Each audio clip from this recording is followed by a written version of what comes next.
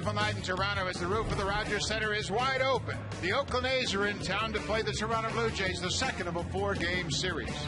Last night it was all about the offense and that man, John Buck, the catcher. Buck had a 3-home-run night last night, first time in his career, and he's just the third Toronto Blue Jays catcher to hit 3 home runs in a single game. Hello, everybody. I'm Buck Martinez, along with Pat Tabler. And John Buck has really had a tough start to his Blue Jays career. This season hasn't been a very happy one for him so far. But he's worked hard. Things starting to turn around for him. And last night, everything really came together. Yeah, got a lot of swings earlier in the day, and he wanted to get his hands moving just a little bit quicker, get the front foot down, and it paid off for him. 16th time in club history that a Jay has hit 3 home runs when you add in the Carlos Delgado 4-home-run night a few years ago. What's impressive about this, just one time he was ahead in the count in his 3 home runs. That was the second time up when he hit his 3-run homer. Yeah, he worked hard to get ready, and boy, was he ready last night. He was on everything he saw. He's got the front foot down, he's got the hands moving, and when you do that, the head of the bat is going to come through that strike zone very quickly. He's naturally powerful. He's got a lot of strength in his swing. But when you get set and you get it started, you're going to hit balls like this one off of windows in left center field. John Buck with 3 home runs, but the guy hitting behind him, Travis Snider, he too had a big night at the plate, hitting a home run and a double in Travis Snider, really starting to show signs that he too might be able to break out of an early season slump. He has so much natural ability, and I think it's just for him a chance to get out there and work out the kicks. Fastball from Justin Duchar crushes it to right center field. He also hit a double the other way later in the ball game. I thought was very impressive also. Yeah, he's really starting to show signs that he's staying on the ball. Pitching tonight is Brandon Morrow, who's really had an interesting start to his season. His first go-around as a regular starter. They've made some mechanical adjustments, and the last 2 times it's been quite an improvement. Let's check in with Sam Cosentino for more on Morrow. And that's just it, Buck. It's been a tale of progression for Brandon Morrow. When you look at the first 4 starts of the season, the first 2 were not particularly good. The numbers in all the areas were elevated. But in his last 2 starts, the numbers have really come down, especially when you look at the hits against. The strikeouts have increased. The ERA is down. And for Brandon Morrow, a mechanical adjustment by lowering that arm slot, Bruce Walton hoping that he will keep that consistent. Not only is it good for the fastball and able to move it around, but it makes his secondary pitches more lively as well. We'll see if he can continue that here tonight against Oakland. Well, the hitters are going to hope they can continue what they did last night. John Buck with 3 home runs, Travis Snider with his 3rd. Bottom part of the order, 4 home runs and 6 driven in.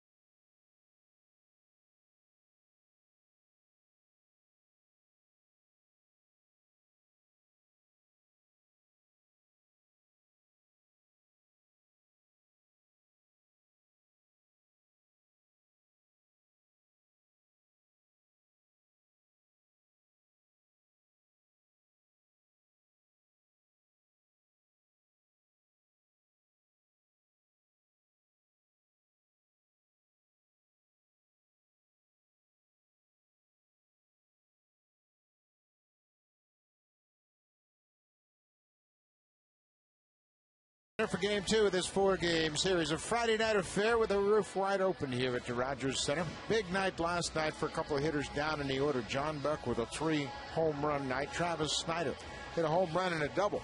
And it's a good sign because we've been looking at the top of the order, and they've been real top-heavy in their production. But to have John Buck and Travis Snyder come through last night was a real plus. Yeah, Cito Gaston's been saying that he's got a lot of guys. He's got some length in his starting 9 that they can hit a lot of home runs. He's got guys all the way down the lineup who've just been waiting for it. It's good to see Buck and Snyder really start to hit the long ball.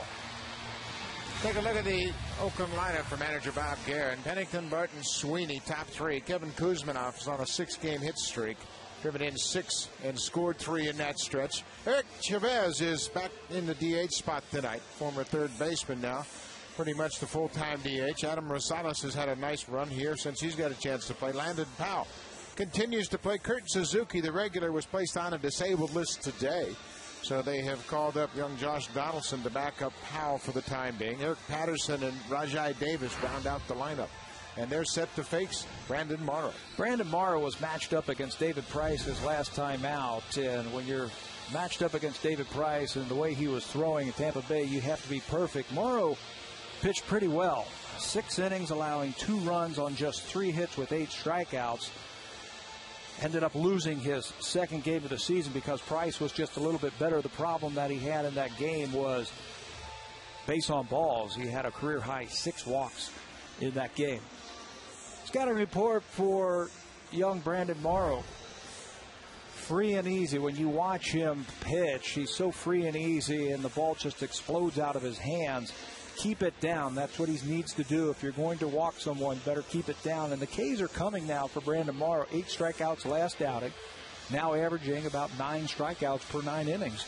We all know he has a powerful arm. He's got a big arm. Hitters don't hit him well. He has really been his biggest problem because of the walks. But, boy, if he can get it over, he is going to be a dominant starter. Certainly. Defensively for the Blue Jays tonight, Fred Lewis, Vernon Wells, and Travis Snyder will make up the outfield left to right. Bautista, Gonzalez, Hill, and Overbay. And John Buck gets the pleasure of catching Brandon Morrow tonight. And what a night it was last night for that man right there. Game of a lifetime, 3-home-run game. And you can bet everybody that walks to the plate tonight is going to acknowledge that.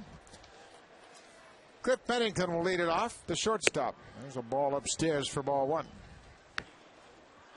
Pennington, a switch hitter. 0 for 4 last night. Done a pretty good job of driving in runs. There's ball 2. 15 RBI for the A's shortstop to start the season.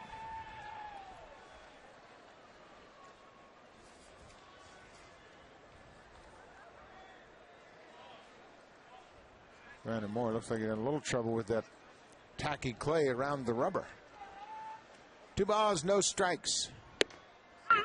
Fastball in there.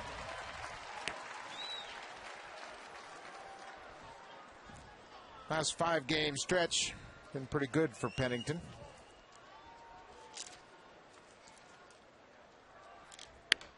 Fouled straight back, 2-2. You know, when you find leadoff guys hitting and getting big RBI numbers, he also has hit in the bottom of the order for the Oakland A's. You got to figure that he's doing it when it counts. Hitting with runners in scoring position, one of the best on the team at 364 for Pennington. Line drive into right field. Travis Snyder will get over and cut it off. It's a base hit for Pennington. He'll stop at first base. So the first batter tonight reaches base with a sharp single into right. Doesn't have a lot of power. He's an on-base type of player. Quick swing. He's a switch hitter. Rolls over that one and hits it hard for the game's first hit. First baseman Derek Barton will step in. Barton 1 for 3 with a walk in last night's game.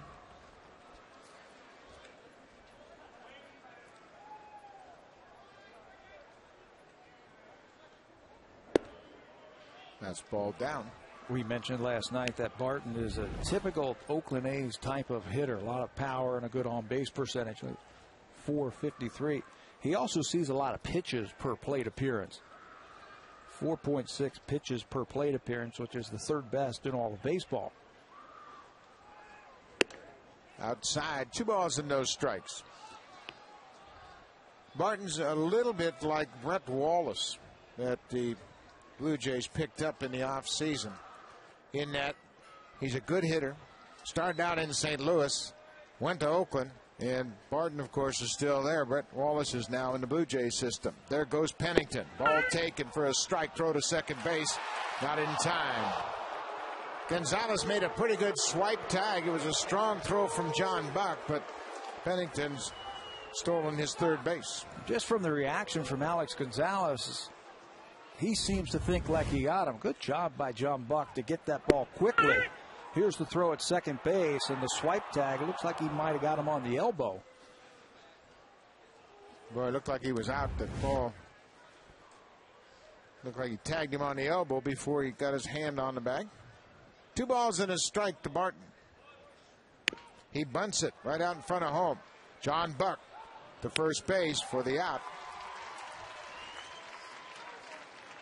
We are seeing more and more of this in the big leagues. Bunting in the first inning, trying to get something going. Offensively, taking advantage of that leadoff hit. Ben Zobrist, the third hitter in Tampa Bay, has already bunted twice in the first inning this season. Think about that. Your number 3 hitter, who's supposed to be your best hitter in the first inning, bunting, sacrifice bunting. But I guess it's the Gene Mach motto. I score 1, you have to score 2 to beat me. Get out in front. Ryan Sweeney now with Pennington at third. There's a strike as Morrow gets ahead. That's an interesting strategy. In Oakland, of course, going through a little bit of a tough stretch. They've now lost 5 straight on the road, trying to get out in front early. No balls and a strike to Sweeney. Down and in for a ball, 1-1. Sweeney extended his consecutive game streak of reaching base in 22 straight games. He doubled in his first at bat last night to stretch it to 22. Into the seats down the left side. A ball and 2 strikes. Cliff Pennington singled to start the game, stole second base, and moved up to third on the sac bunt.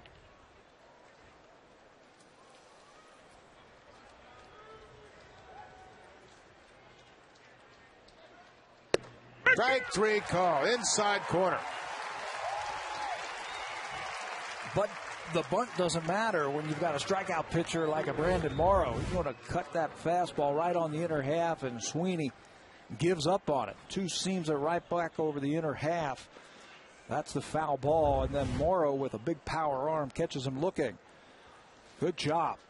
Great late movement on that fastball. It moved about 8 inches to go back over the inside corner. 2 down now for the cleanup hitter, Kevin Kuzminoff.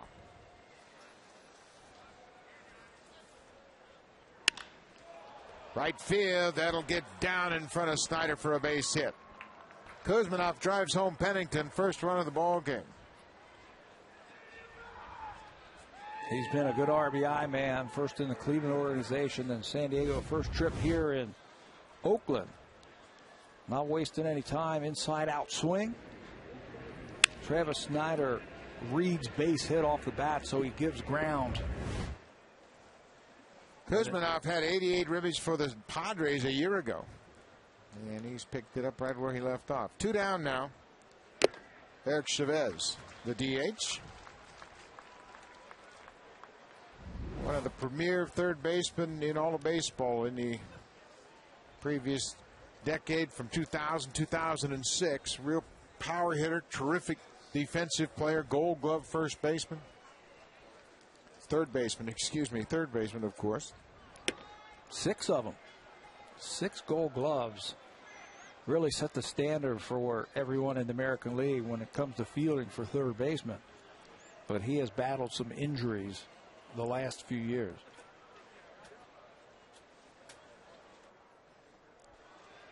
One ball, 1 strike on the A's DH. Ball down 2-1.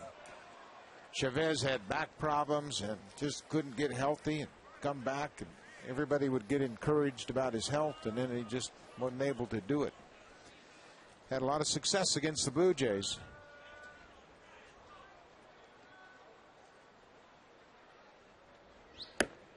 Good breaking ball down and in. Swings right over the top of it.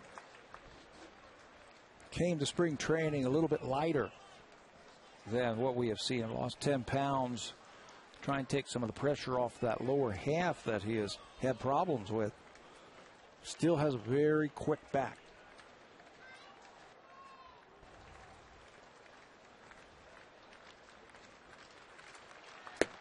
Off the plate inside, 3-2. And Morrow giving up a couple of hits and a run here in the first. Oakland playing for that one run, utilizing the sacrifice bunt in the first inning. 3-2, 2 outs. Kuzminoff is on the move. Ball 4.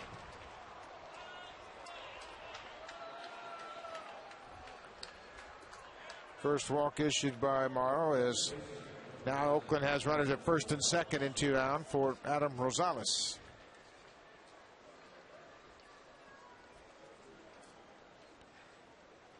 "17 games against Oakland, 2-0 record. He made his major league debut against Oakland.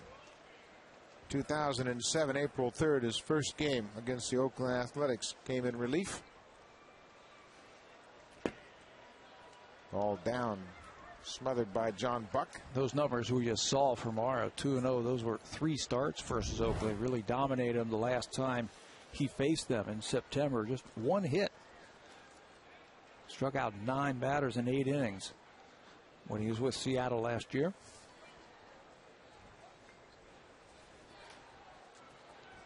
Morrow's behind Gonzalez, a ball and no strikes. 2 outs here in the first. Fouled out of play. Gonzalez is a high energy guy that's played all over the infield, primarily a shortstop coming through the minors. Swinging a hot bat now as the playing time has increased with some of the injuries to the A's regulars.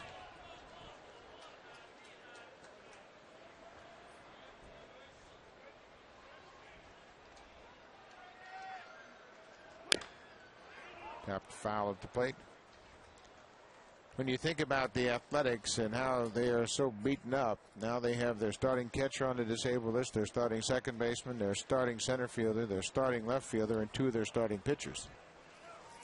Nobody has used the disabled list more than the Oakland A's. And it's unfortunate that, they have a pretty fine line. They can't afford to really test their depth. A ball and 2 strikes on Adam Gonzalez. Just outside the bag. A lot of teams can overcome injuries because they have deep pockets and they have a deep farm system, right. But the Athletics are really challenged. Well, it really gives your prospects a chance to do something at the big league level. We saw that last year with the Blue Jays, and it has worked out for them this year. Since 2007, the A's have now used the DL 75 times, so it hasn't been a one-year thing for them. 1-2 upstairs, 2-2. The Blue Jays have 8 players on a disabled list, but some of those players you kind of expected to be there. And Dustin McGowan and Jesse Litch coming back from elbow problems, and Mark Sepchinski with the fractured fingertip in spring training. So, some of those you expected. Scott Richmond's another guy that was going to be on a disabled list. He's coming back from injury. Dirk Hayhurst is on the DL. 2-2 to Rosales. Got him. 2 strikeouts in the inning, but Oakland breaks through. They use the sac bunt and score 1 on Brandon Morrow.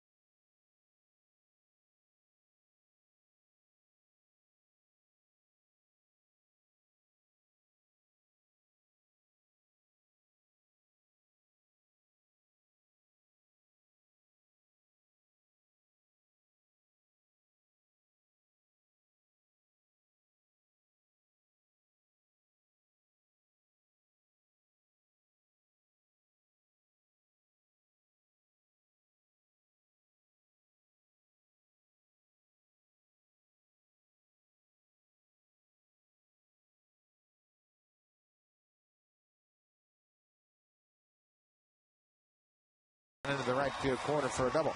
Wells, Overbay, and Gonzalez, middle of the order. Buck hitting in an A spot ahead of Travis Snyder. They both had a big night at the plate last night. 5 hits and 4 home runs.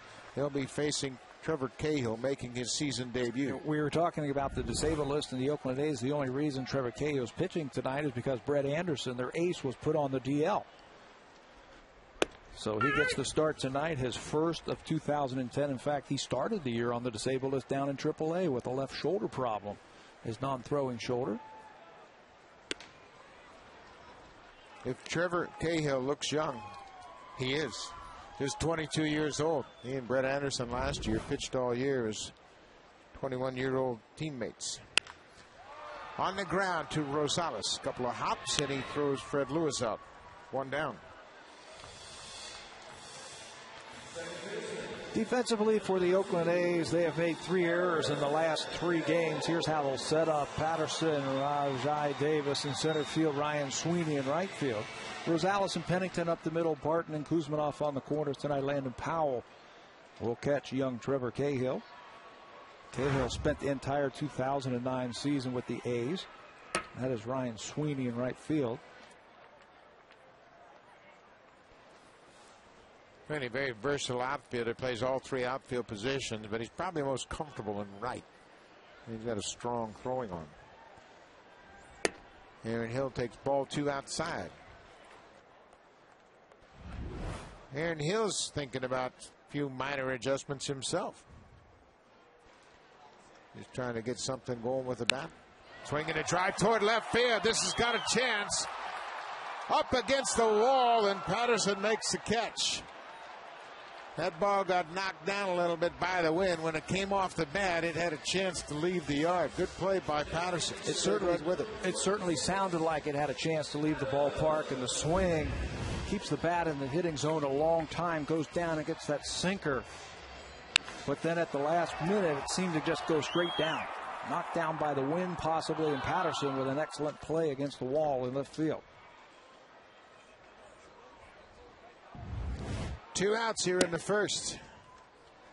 Adam Lynn takes a ball down. Cahill did give up 27 home runs last year.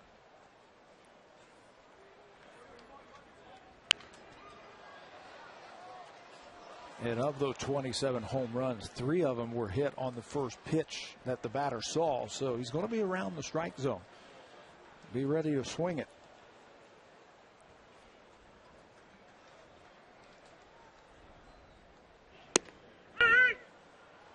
Striking ball in there.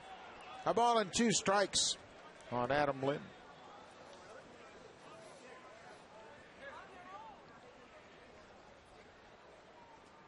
Off the plate. Trevor Cahill in his 5th pro season. Signed out of Vista High School in San Diego and made his way to the big leagues very quickly. Inside corner, strike 3. Trevor Cahill with a 1-2-3 first. Oakland out in front, 1-0 after 1.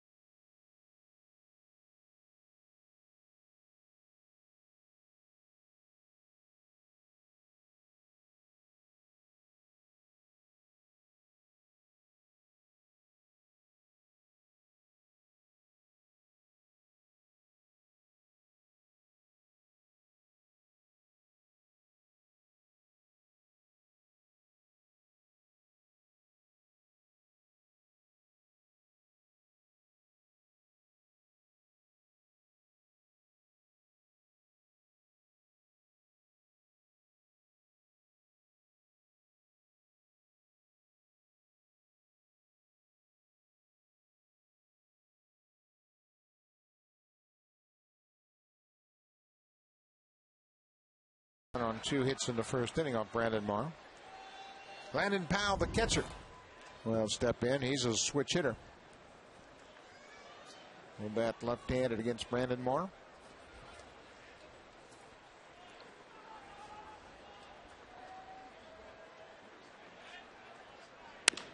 Swings at the first pitch. Big 2 hopper for Aaron Hill. And Powell's retired, 1 down. It's always a good feeling. 1 pitch, 1 out after you've had a 25-pitch first inning.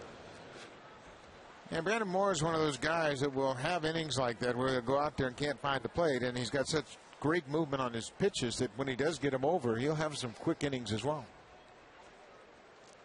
1 out now for the left fielder, Eric Patterson, who made a fine play on Aaron Hill's drive to the fence. Morrow jumps ahead with a strike.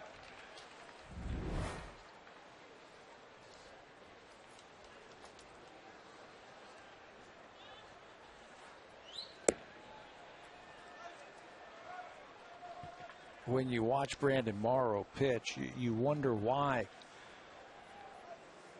he doesn't throw his pitches over as consistently as he can, because his delivery is beautiful. It's repeatable. It's clean. He gets his arm up, and you can see he's got a good fastball. I think it's just going to take some time for him to find himself, and he's been working with Bruce Walton, tinkering a little bit with his wind up in his landing foot.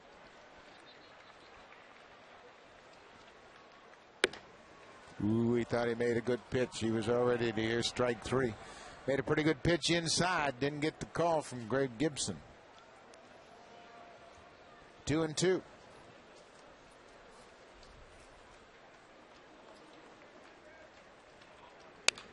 Foul back. Morrow was a starter at Cal in Berkeley, pitching in college. Then he was a #1 pick. Seattle rushed him through their system and made him a reliever and kind of messed up his mechanics for a while. Breaking ball, strike 3. Good pitch. Third strikeout of the night for Brandon Morrow. He gets Eric Patterson. Thought he had him a couple pitches ago with a fastball. He'll go to the breaking ball there and finish him off for his 3rd strikeout. So he was a starter in college. They made him a closer. He started a little bit in the organization of the Seattle Mariners. You got to remember, before the season started, he had less than 200 major league innings. Yeah, he was rushed to the big leagues for sure, and he was just the 3rd player from the 2006 draft to reach to the big leagues. He just went very quickly to the big leagues. Davis went too far on that one, and Scott Berry rings him up. So a lot of times you find when young pitchers get to the big leagues quickly, they really haven't finished off their development. And that might be the case for Brandon Morrow, that he just hasn't finished it, where he gets himself into trouble and he gets out of whack just a little bit in his fundamentals. Fine drive into left field on 1 hop right to Fred Lewis. A 2-out base hit for Rajai Davis. So there are going to be some growing pains, but if he gets it all together, his arm is very electric. Yeah, and it's the kind of arm that gets better the easier he throws it. The ball just jumps out of his hand and really has late movement. So now Cliff Pennington will bat with 2 out and a man at first base. Pennington singled and scored in the 1st. Davis always a threat to run at first.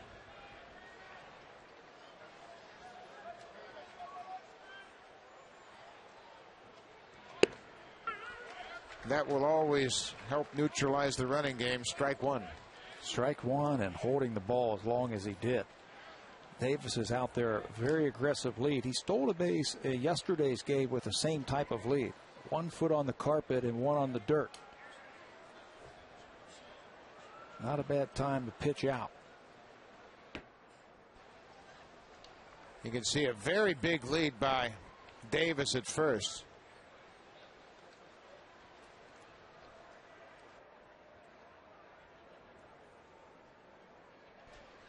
There goes Davis. Pitch out. John Buck to second. Not in time.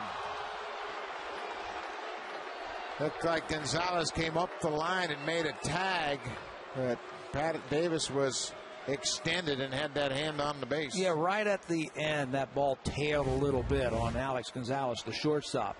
Jays do pitch out. It's a good pitch to handle, and as he reaches for it, he can tag him on the backside, down by the legs, but it's too late. Second steal of the night for Oakland. Davis now has 10. Better stop him again.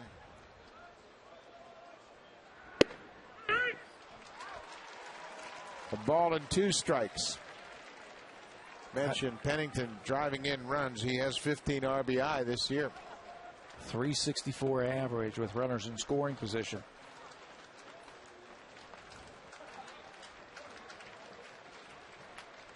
A ball and 2 strikes. In the dirt.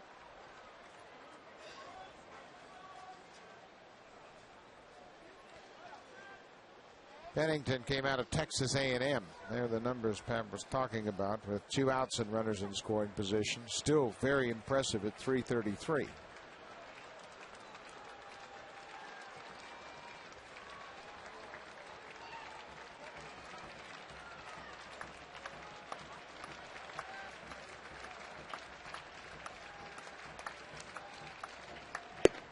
Struck him out. Good moving fastball away. Morrow strands a runner in scoring position, gets the strikeout. He has 4 through 2 innings. Pennington, good fastball away to end the second.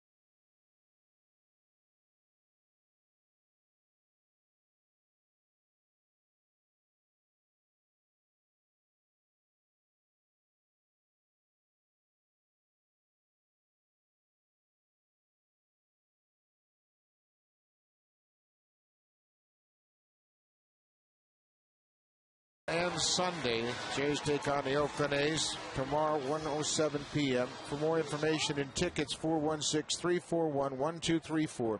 Dana Evelyn, the left-hander, will go up against Gio Gonzalez for Oakland. Also log on to BlueJays.com or stop by most of your Rogers Plus locations for tickets. Saturday and Sunday, the final 2 games of this 4-game series.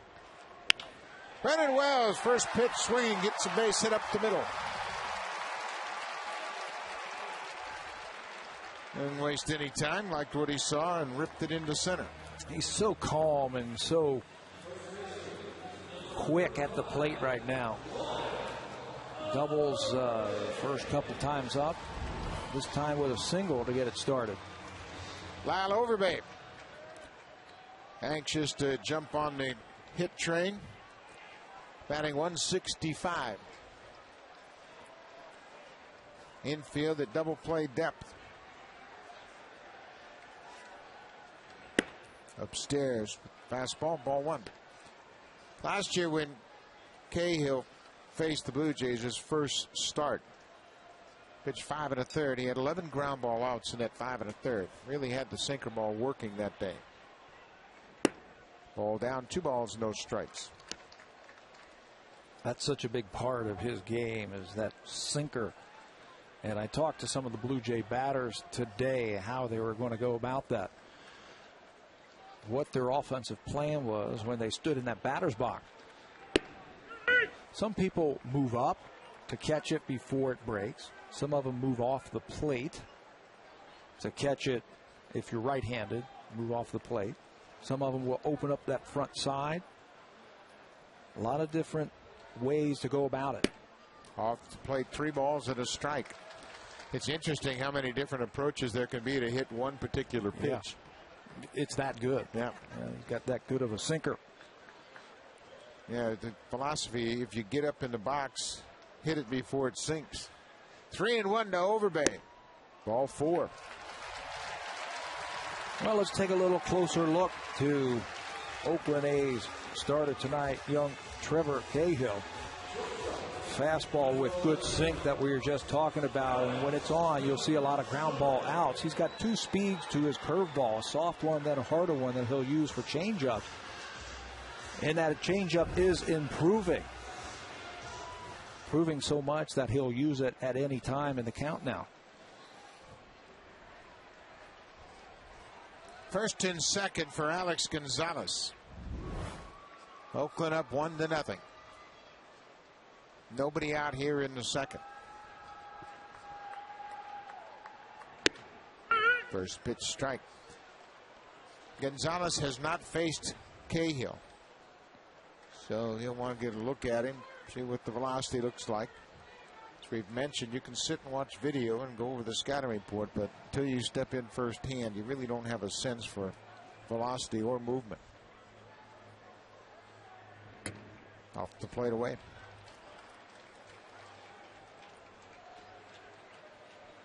If there was and is one part of his game, he hasn't refined his strike zone.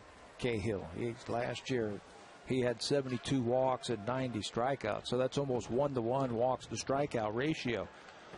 People took advantage of him last year. Gonzalez to left field and hit it hard. It's hit a ton to the wall and gone.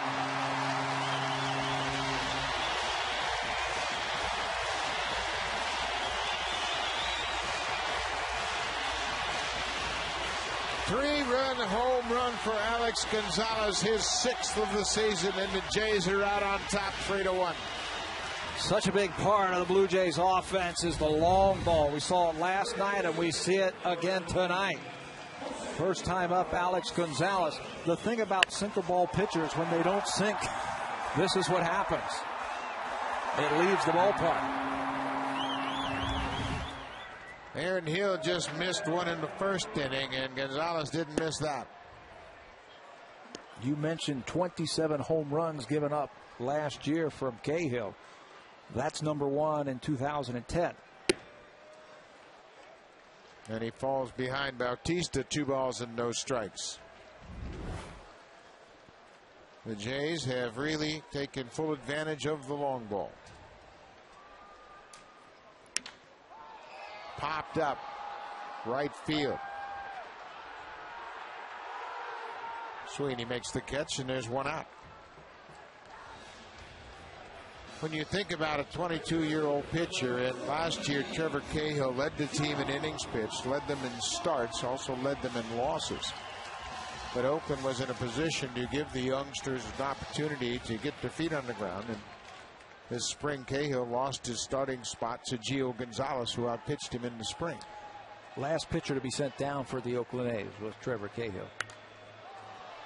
John Buck with a great night last night. Up to 194, trying to get off the interstate. I-94. Fisted little pop-up left side of the infield. Kuzminov makes the catch, 2 down. Another point about Cahill, he just turned 22 in March. I mean, he is just a baby. And if you go back and you look at the history of the Oakland A's organization, it goes all the way back to the early 1900s.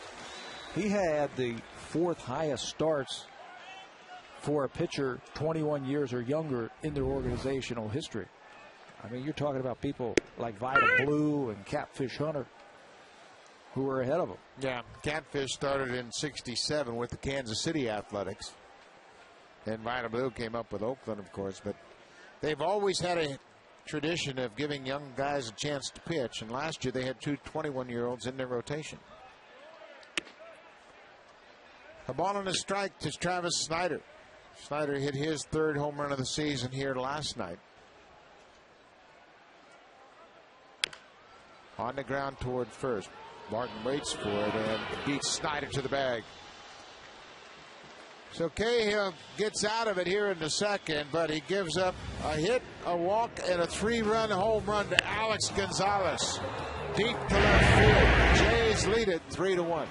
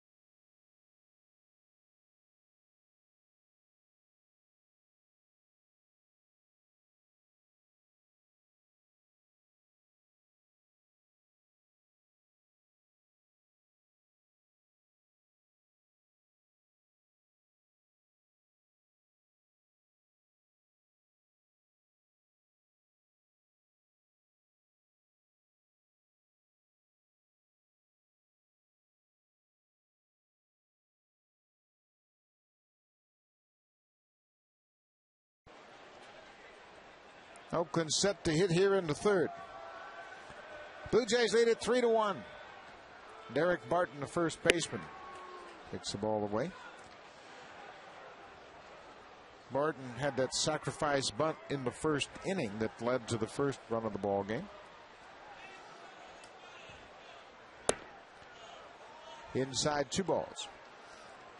That we have talked about how well the starting pitchers pitched early in the season and were getting little support, but now it seems though the hitters are kind of coming around and providing that support they needed early. Past the diving Aaron Hill into right field. Barton has his first hit tonight. You know, I think we saw in last night's game what a few runs will do for the starter and Ricky Romero. He fell behind and he just didn't have it.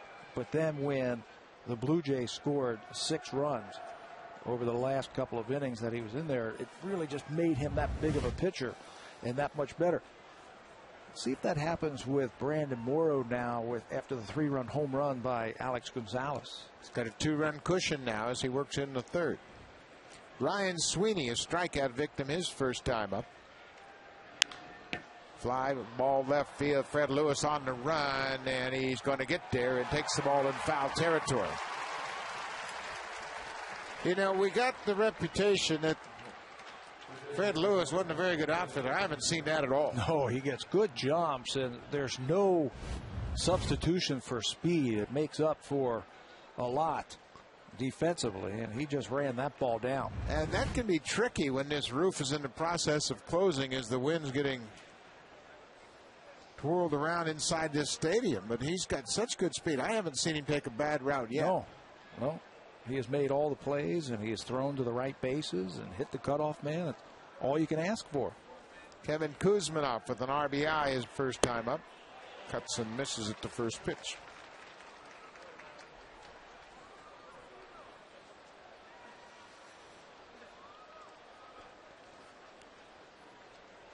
Kuzminoff singled into right field with 2 outs to score Cliff Pennington.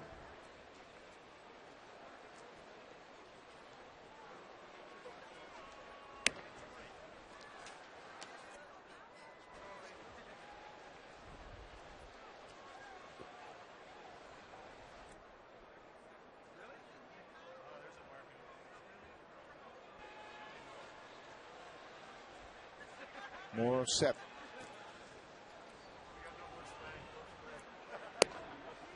Just down. 2 balls and a strike. He made a great point about Morrow and his delivery, how it's being kind of a work in progress, but the refinement of it is just going to lead to more consistency. One of the things that they are working on with him is getting his momentum coming straight towards home plate. Felt like he was stepping a little bit towards third base and throwing against his body instead of using his body and his momentum going towards home. And when you can repeat your delivery, chances are you're going to repeat quality pitches. 2 balls, 2 strikes to the cleanup batter, Kevin Kuzminov. Struck him out. Got a piece of it. John Buck held on to it. 5 strikeouts now. This checking with Sam Cosentino. Buck, in the first homestand, we had a game where the roof closed during the middle of the game. At the same time, it coincided with the umpires meeting with the managers to get things cleared up. They're allowed to close it during the middle of play. Stadium operations has to consult first with the umpires before the game starts to get clearance to do that, and that's what we're seeing here tonight. Yeah, you could really imagine that visiting managers might find it a little unusual. You start the inning with it open and then close it during the inning, but you don't have control of the weather, and you have to close it if it starts to rain. Eric Chavez takes a strike, swings at the second one. 0-2.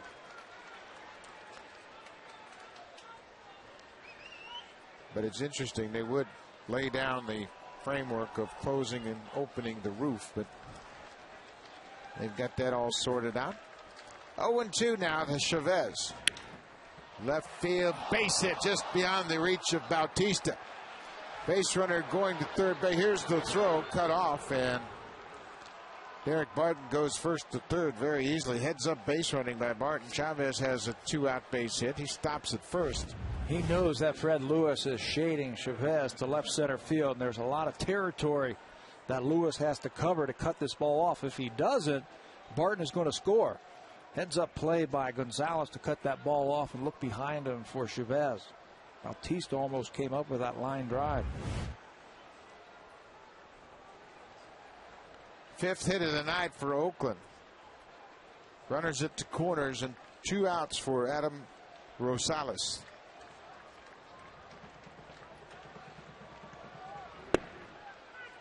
Breaking ball in there for a strike.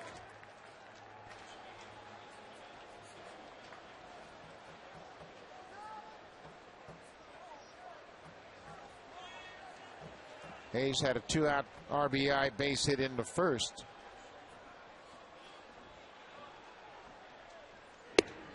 Just missed inside. Good fastball.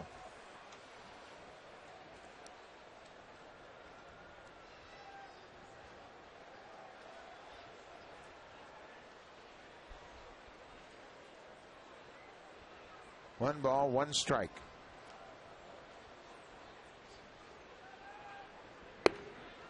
And the breaking ball in there for strike 2. That's when Morrow really becomes a challenge for hitters, when he can get that breaking ball over to go with that great late life fastball. Yeah, if he starts getting that over and then burying that fastball in on right-handers' hands, that's when he is really tough. Pulled foul down the left field line. 1 ball, 2 strikes. Blue Jays lead it 3-1 here. A's threatening in the third.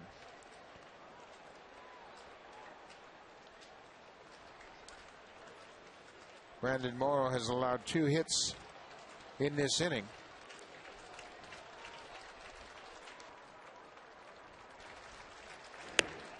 Outside, 2-2. 97 miles an hour with that fastball. A little bit extra right there. Just pulled it out of the strike zone.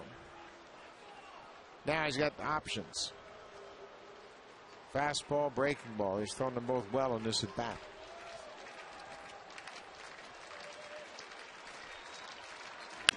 Breaking ball again outside at third. 2 balls, 2 strikes, 2 outs.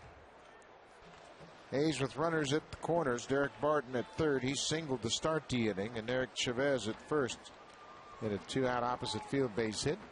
When I see that 97-mile-an-hour fastball away to a right-handed hitter, I think, excuse me, swing, shot into right field. Chavez isn't going anywhere over at first base.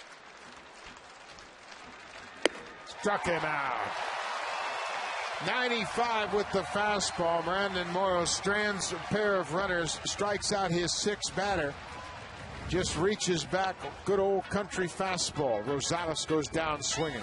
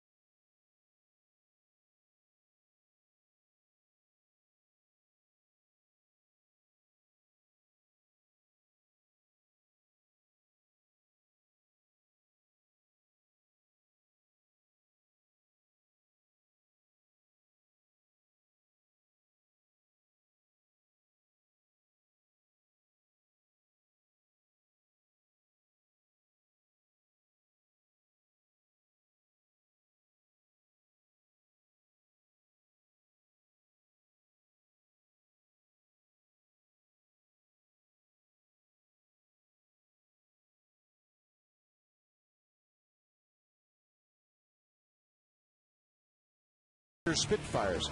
The Spitfires are leading the series 2-0. Sunday, May 2nd, 4 p.m. Eastern, 1 p.m. Pacific time. Great hockey leading up to the Memorial Cup. Fred Lewis faces Trevor Cahill and takes a pitch outside. You can see the late action on that fastball, boy. It really dives down and away. Dives and sinks in on right-handers. Got to make him get it up. If you see it right at the knees, by the time it gets to home plate, it's going to be a ball.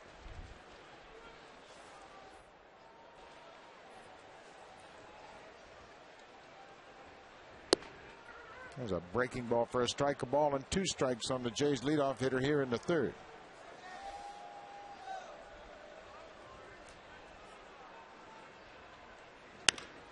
On the ground, Gonzalez on the run, makes a good throw. Lewis was retired. 1 out here in the third.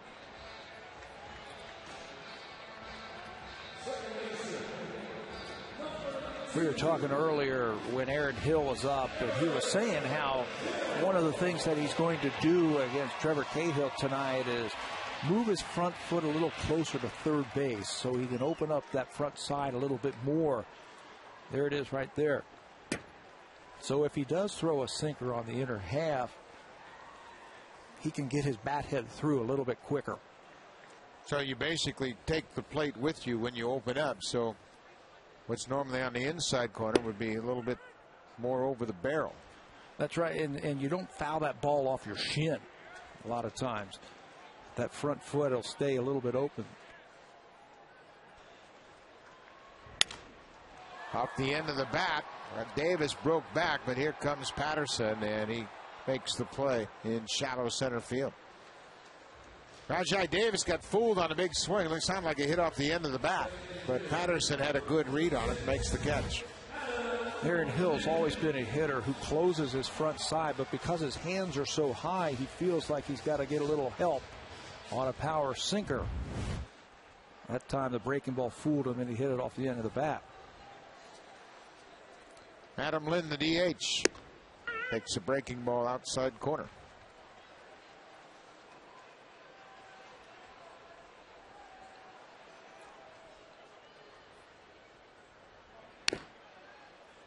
As that sinker just topped right at the plate. 0-2. Cahill out in front. Cahill had a 1-2-3 first inning with these same 3 hitters. Fouled off the catcher. Landon Powell checking all his equipment, make sure everything's intact. That's so much fun getting back there. That'll wake you up, won't it? Huh? Look at now, he's checking his teeth, making sure his jaw's all right. Umpire's walking out there saying everything still intact. Yeah.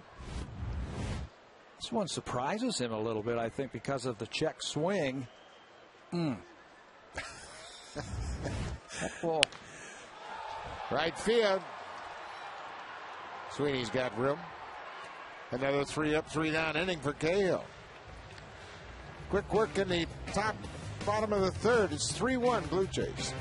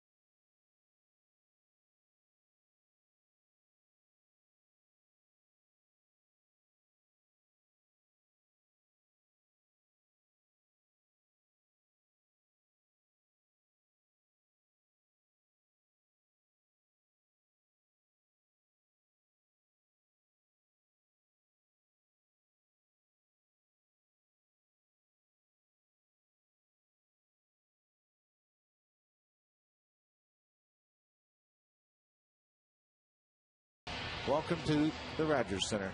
Good to have you here. Bret Hart, great wrestling icon, great sportsman. Involved with the Calgary Hitmen early on in their history out in the Western Hockey League. Brandon Morrow throws a fastball down. Ball 1 to the catcher, Landon Powell. Morrow's out front 3-1 here as he works in the 4th inning.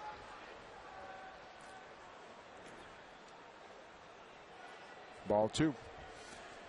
This is one thing that I think Brandon Morrow is going to improve upon, is just managing the lineup, knowing where you are in the order. 7, 8, 9, that's when you really have to be aggressive and challenge them to hit their way on base. Especially Landon Powell, who swung at the first pitch last time up, and he grounded out. So Powell's thinking, hey, I need to see some pitches. So he was taking all the way that first pitch, and he threw him a breaking ball. Yeah. And you got to know where you are in the lineup and what the situation is. 3-0 to the catcher.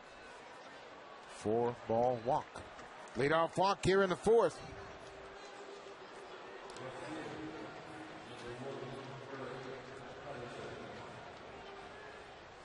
Second walk issued by Morrow. Now Eric Patterson, the left fielder, will step in.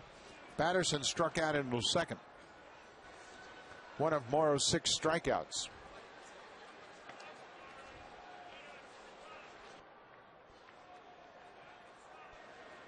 There's Jose Bautista, the third baseman. He thinks that Patterson is going to lay one down.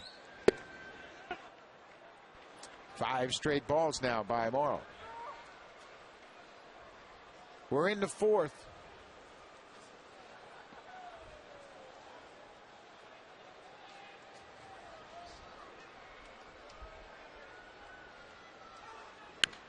Fouled straight back. Alex Gonzalez hit a 3-run home run in the second. That erased an early 1-0 deficit. For Gonzalez, his 6th home run of the season. He now has 18 RBI. Great start to his season. Infield at double played them. Popped out of play. If they are going to get a double play, it's got to be one of those one-hoppers right at the middle infielder. Eric Patterson can really run. 2-hopper or a 3-hopper anywhere in the infield, they're not going to get him.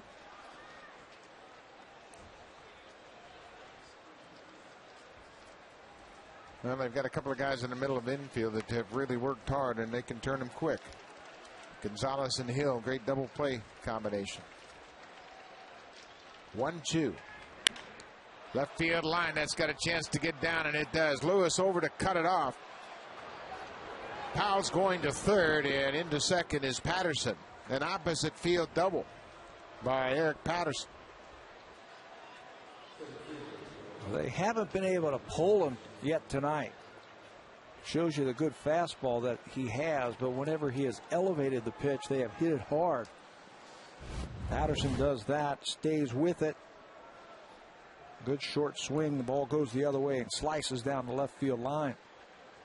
That ball was just a little flat. Just ran along the plane of the bat. So it's second and third with nobody out for the number 9 hitter, Rajai Davis. Had a single to left field his first time up. Fouls off the first pitch. Well, Brandon Morrow has been pitching out of the stretch most of the night. He's already stranded 5, and we're here in the 4th inning with nobody out. You can do that when you've got strikeout stuff, and he has strikeout stuff. Now he is trying to keep Davis from advancing the runner, both of them. Inside off the plate. A ball and a strike to the number 9 hitter.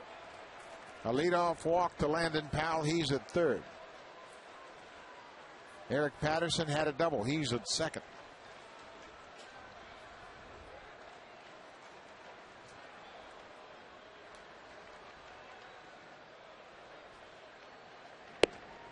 Breaking ball for a strike.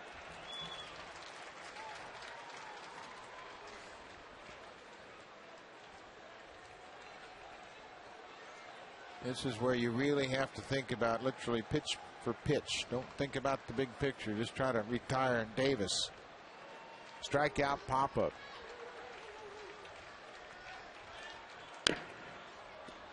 Tapped foul at the plate. Good idea right there. Curveball. He hasn't seen one this at bat. Well, now he can do a bunch of things. He can go upstairs with a fastball, try to elevate that fastball, or get him to expand his zone and throw a breaking ball down and away. If you're going to go up high enough that it's a swing and miss or a pop up or a foul back. If you don't get it up high enough, he can hurt you.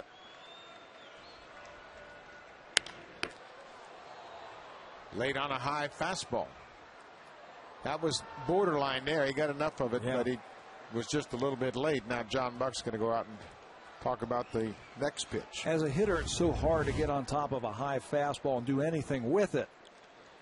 Talk about borderline the height of it. You got to get it about the letters where it says Oakland across the chest there. That's where you want to get it. So now they've got their heads together to make this 1-2 pitch. Nobody out. Runners at second and third.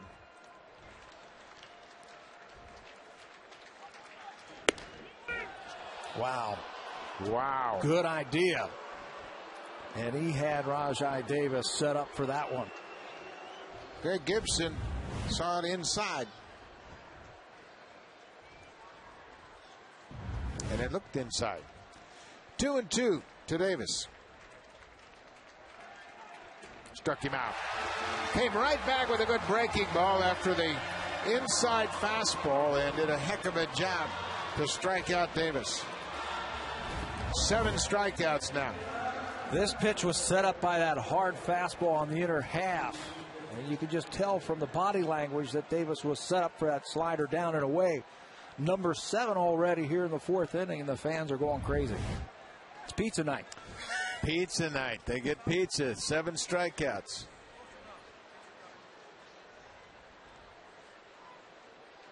Cliff Pennington fouls off the first pitch.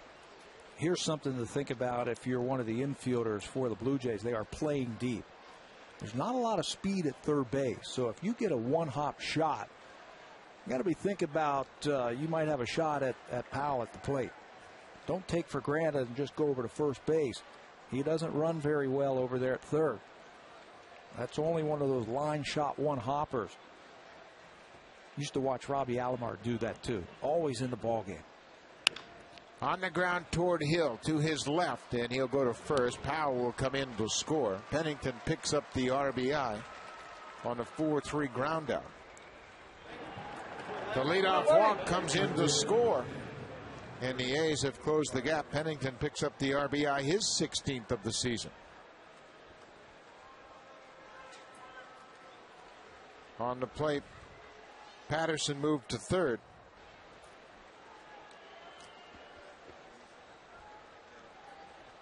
Derek Barton.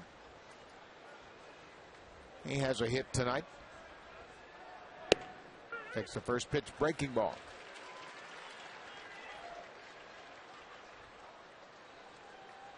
.311 on the season.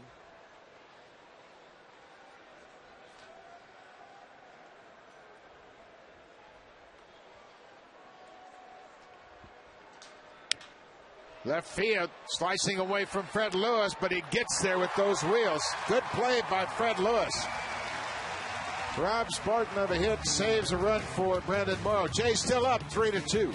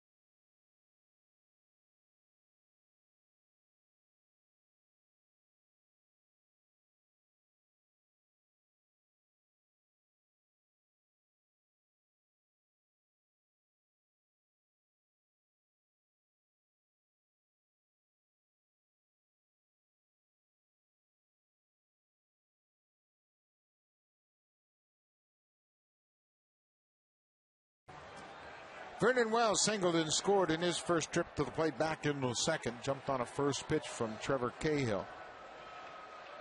It's a first pitch breaking ball for a strike.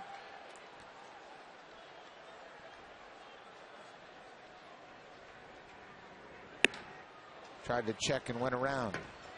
0-2. Cahill changed his arm angle on that one. Threw a little four-seamer upstairs. Yeah, got on top just a little bit more.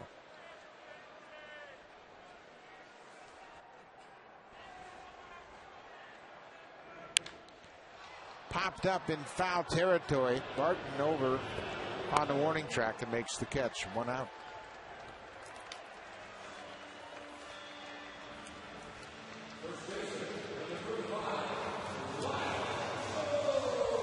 Trevor Cahill has gone back and forth, had a 1-2-3 first inning and gave up 3 in the second, and then a 1-2-3 third inning.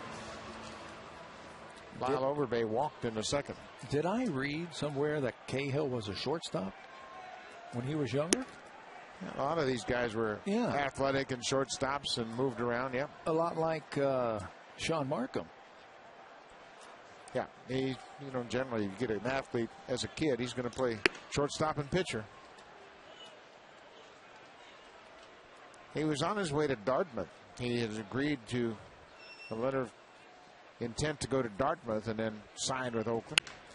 Line drive into center field. That'll get down in front of Davis. Base hit for Lyle Overbay. Davis, with really good speed in center field, had thoughts of maybe trying to come in and catch that off the turf, but thought better of it. This ball is stung by Lyle Overbay to center field. Davis broke in, and you can see it from this shot here. He broke in, and he thought about it, but then said, wait a minute, if I miss this, he's going to be on third base. Let's play it safe in a one-run game.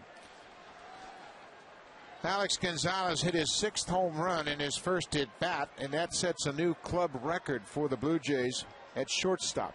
6 home runs in the month of April. Pops up the first pitch into shallow right field. Sweeney on the run that makes the catch. So Gonzalez, with his 6th home run in April, has established a new club record by a shortstop. Marco Scudero had 5 in 2003.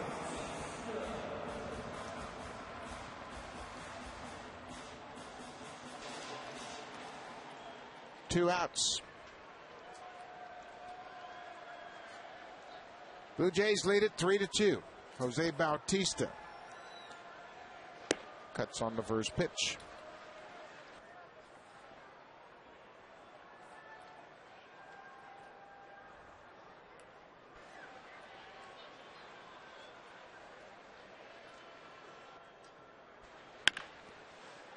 Off the glove of Kuzminov. That took a wicked hop. He got over in front of it. The ball kicked up and went off his glove into left field. Yeah, a little undecided, and it just eats him up. That's an error on Kuzminov. Tough error. That's a very tough error here in this ballpark. Kuzminov's a terrific fielder. Boy, that took a wicked hop. He didn't even get glove on that ball, so that's why I say it's a tough error when it is hit that hard. He made just 3 errors all year long to set a National League record a year ago in San Diego. First pitch swinging, John Buck taps it foul. Kuzminov's 3 errors in 311 chances. No National League third baseman had ever committed fewer than 6 errors with 300 chances. That's impressive. Pretty good year. Ever. No third base. 3 errors at third. Mike Schmidt? Wow. None had ever committed fewer than 6. And I don't think that was an error. No, I don't either. Especially here at home. Outside, off the glove of Powell, and the runners will move up.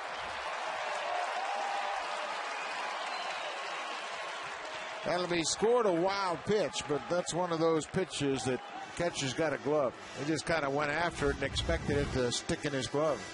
He'll slide to his right. Didn't look like he got his glove down in the dirt. And it gets by him. And now 2 runners are in scoring position for John Buck.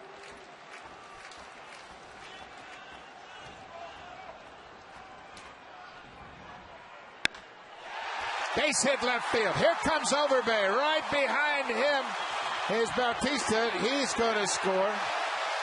2-run base hit by John Buck. Keep swinging it, big guy. It looked like Cahill got back on top and wanted to four-seam him, but it straightened out and got too much of the plate. The error, the wild pitch, comes back to bite Oakland. There it is, about belt high, and he rips it right by Kuzminov, the third baseman. Good aggressive base running right there by Bautista, who is off on the crack of the bat. Wide throw by the left fielder, Patterson. You can run on him. Travis Snyder takes a strike. Boy, that wild pitch really costly for Oakland. John Buck takes advantage of it, drives home 2. Snyder on the ground. Gonzalez gloves it and retires Snyder. But 2 more runs in air and a big 2-run base hit by John Buck. Jays up 5-2.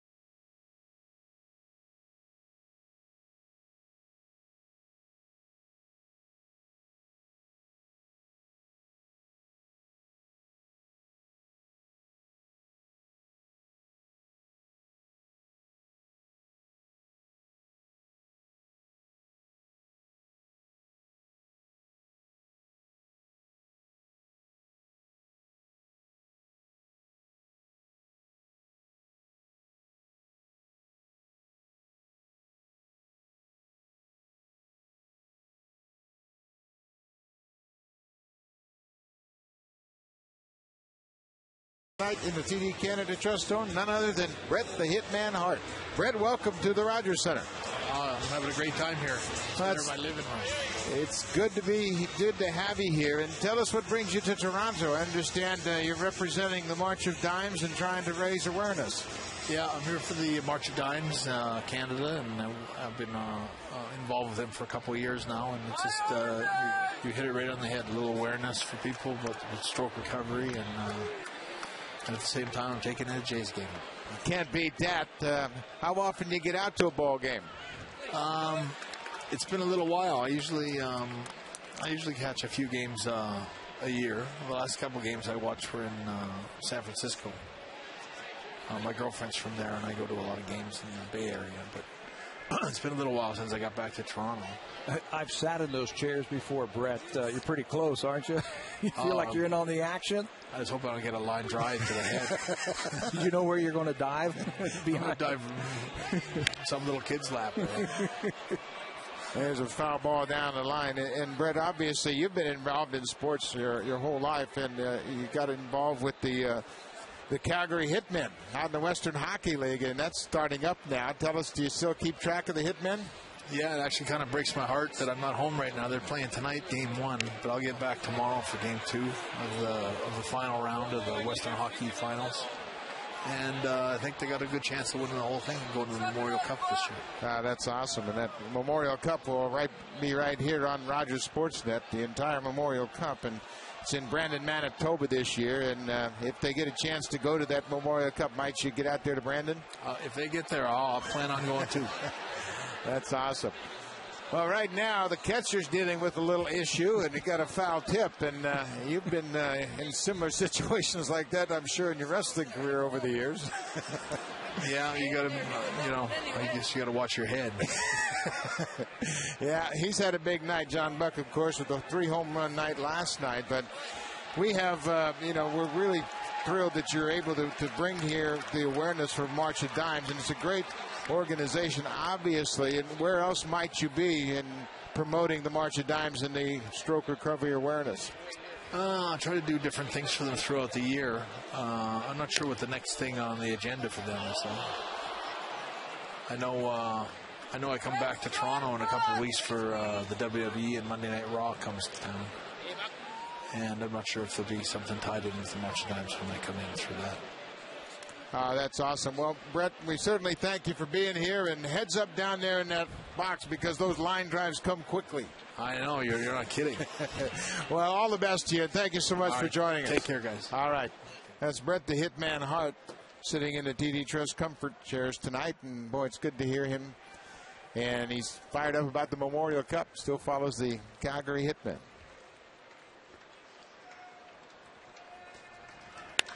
There's a base hit to left field. Ryan Sweeney's on board. John Buck. Looks like he's recovered all right from the foul tip. Regrouped a bit. And Sweeney starts the 5th inning. Boy, what a big hit for John Buck to expand the lead back to 3 runs. That'll give Brandon Morrow a little bit of breathing room. He can be a little bit more aggressive. Sweeney now has that consecutive streak up to 23 games now of reaching base at least once.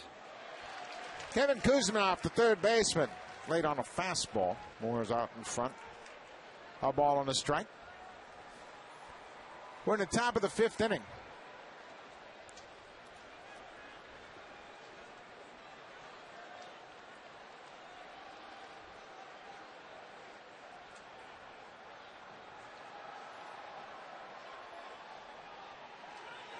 Inside. A ball on a strike.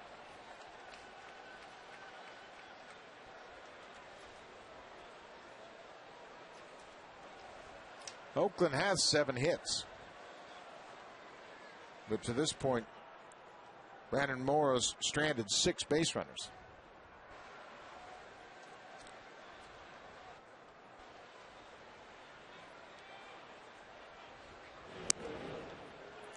Chase Sweeney back. 6 base runners stranded already. 7 hits, and he's walked a couple. So he's been out of the stretch most of the night. Yeah, throwing a couple of stolen bases for the Oakland A's. He's done a good job of getting himself out of trouble. There's a fly ball to right.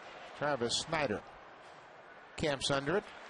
Kuzminoff's retired. Sweeney will retreat to first.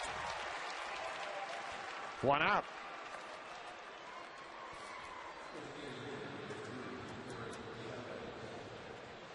With Brandon Morrow, the more economical he gets, the better he will be as he pitches later into the game, cutting down on the number of pitches per inning. 2 starts ago, 7 innings, just 3 hits allowed. He was as efficient as he's been at any point this year. Eric Chavez cuts on the fastball, fouls it back. Chavez walked and singled. His last start was the start where Molina threw out all the base runners, right? After walked 6, and Molina threw out 4 base runners. 6 walks and 8 strikeouts, and still threw 108 pitches in 6 innings.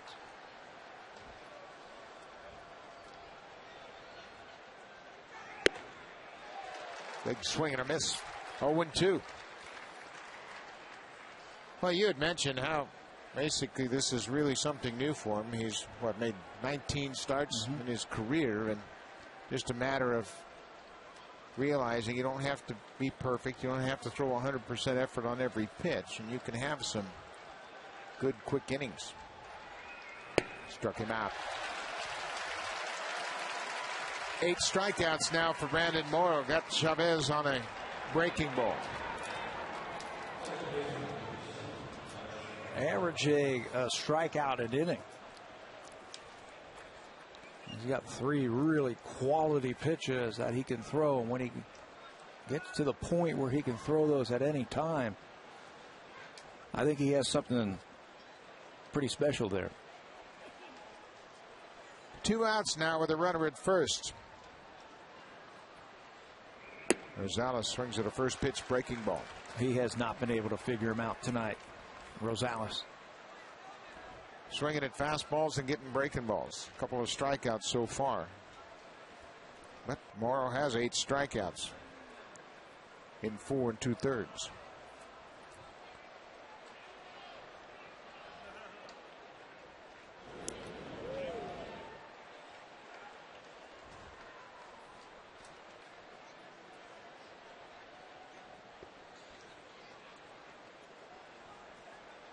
5-2 Blue Jays lead it. Oakland batting with 2 outs here in the 5th.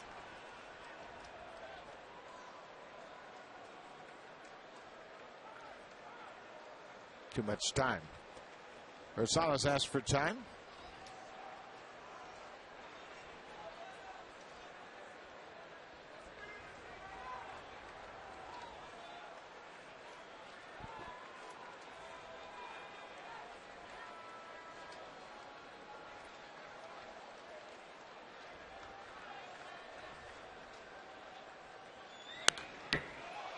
Fouled back out of play. 0-2. Seems as though Morrow's either 0-2 or it's 3-2. Just can't find a happy medium, can't finish off these at bats, but he's got 8 strikeouts. Can't argue with that through 4 2/3. He's finishing them off in big situations. One of the things that impresses me when you see a young pitcher come to the big leagues, a right hander, and he can hold down left-handed batters. You know that his stuff is good. Coming into this game, lefties are only hitting 140 off of it. 0-2 to Gonzalez. Tapped in back of the plate. Just got a piece of it.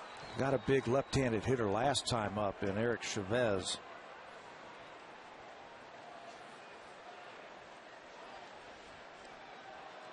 I think the neutralizer for Morrow is that hard breaking ball. The hard one. Real hard. It's like A.J. Burnett's breaking ball. It just explodes at the end and disappears. Another 0-2 pitch to Gonzalez. Check swing. Just ducked out of the way of that thing. That ball ate him up.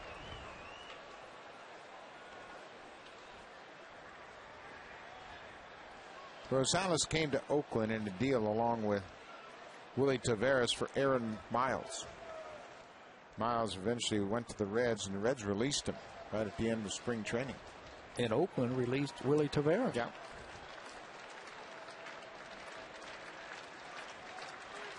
Another 0-2 pitch.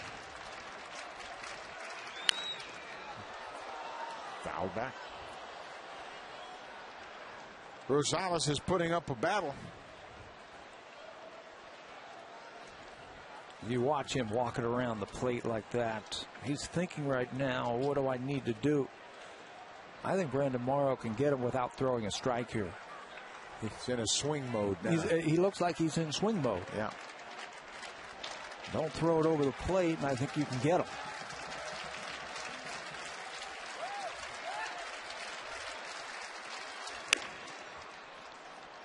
Putting up a battle. Stays alive.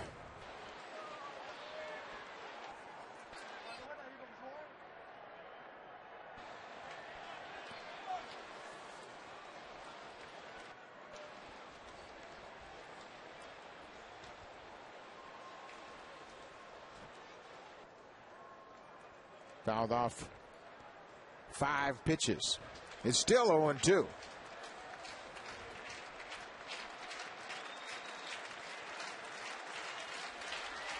Got him.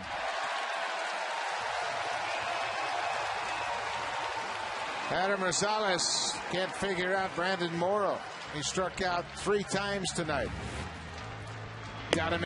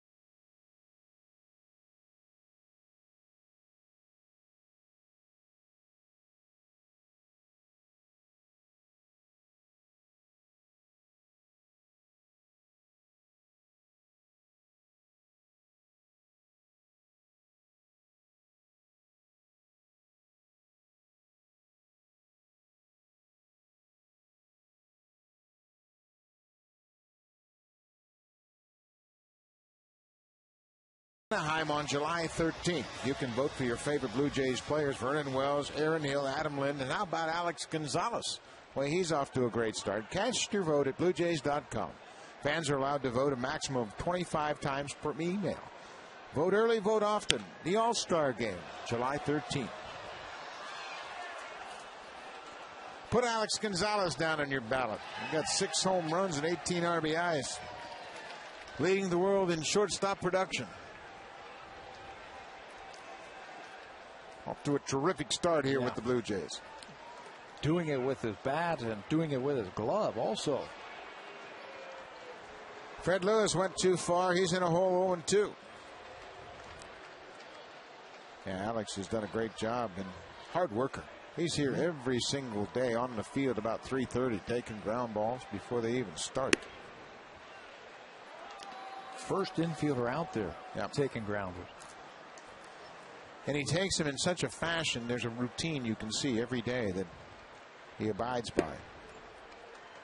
Goes to the backhand, throws the ball to first, throws the ball to second, goes in the hole. Good players aren't accidents. Yeah. You got to practice the right way. 3-2. Fred Lewis fought all the way back to a full count. He's grounded out twice to the second baseman tonight. He's got some power. Boy, doesn't he? In his bat. Yep. There's a bullet hit into center field, but it's going to hang up for Rajai Davis. Right on the nose. And some carry to center field. I'm going to make a prediction with him that he is going to be a 15 to 18 home run hitter someday.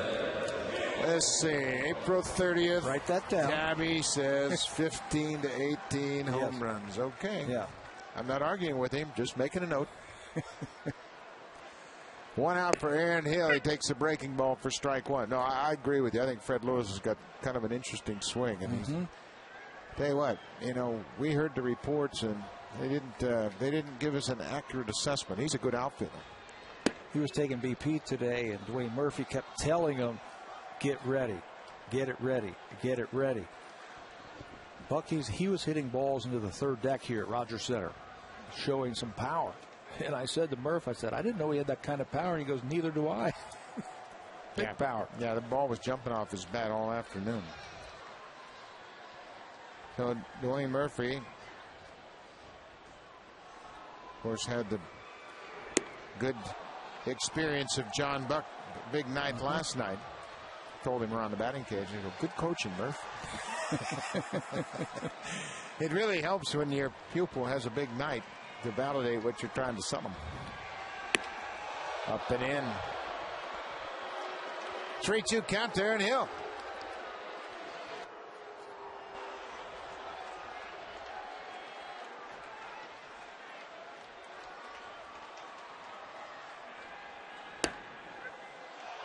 Strike 3 called. Aaron Hill was on his way to first. He thought the breaking ball was down and away, but Cahill gets the call. It's only the second strikeout tonight for the A's right-hander. Second one taken. Slider, and he crosses him up, thinks it's on the outside part of the plate. Aaron does not agree with that call. You can see from the high home that it was just off the plate.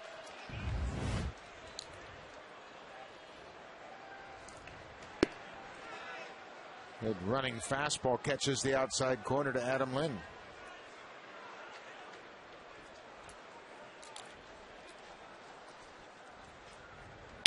Breaking ball right back up the middle.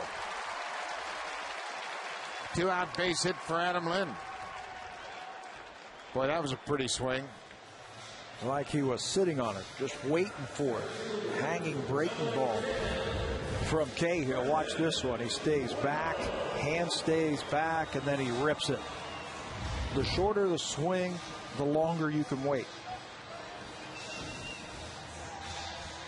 So Lind's aboard with 2 outs for Vernon Wells. Wells singled in the second. Breaking ball outside. Blue Jays lead it 5-2. Alex Gonzalez hit a 3-run home run in the second. And then John Buck delivered a 2-run single in the fourth. Vernon Wells to left field and deep. Patterson at the wall, and he'll watch it sail into the seats. Home run number 8 for Vernon Wells.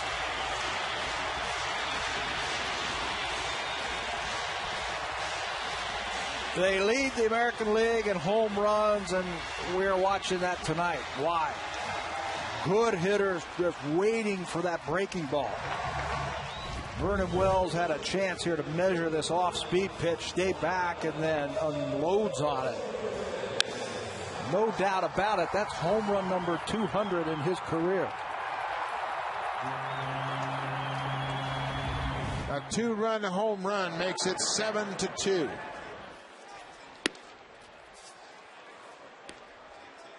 That wasn't that bad a pitch. It was down. He went down, trusted his hands, and hit it into the seats. Good, strong hands, too, and that was no doubt about it. Number 200 for Wells.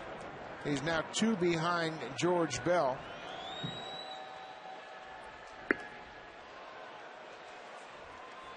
That also pushes him ahead of George Bell in the RBI list. Vernon now has 741 career RBI, 1 ahead of George Bell.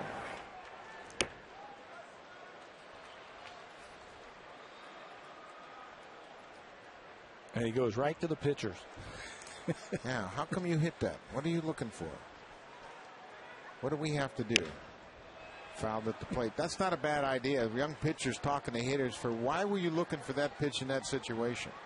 How many times you remember talking to a pitcher about that? Now you see the home run leaderboard. Paul Konerko's been on fire lately. Yeah. He's up to 10. Robbie Cano, he too was flirting with 400. Inside corner. Overbase strikes out. 2 strikeouts in the inning. But another home run for the Blue Jays. Vernon Wells, his 200th career home run. A 2-run shot to the seats in left.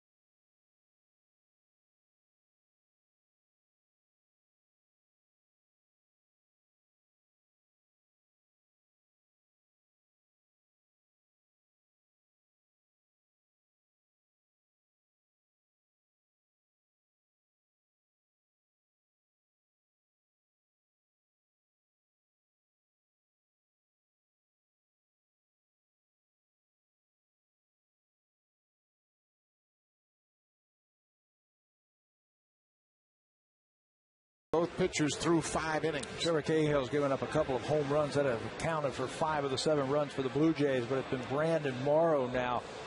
Career high tying 9 strikeouts through 5 innings for Morrow. The last time he faced the Oakland A's was back in September of last year, and he had his career high in innings pitched and also career high with 9 strikeouts. He's back out here for the 6th inning looking for number 10. First pitch swinging again. Landon Powell skies it to the shortstop, Gonzalez. 1 quick out.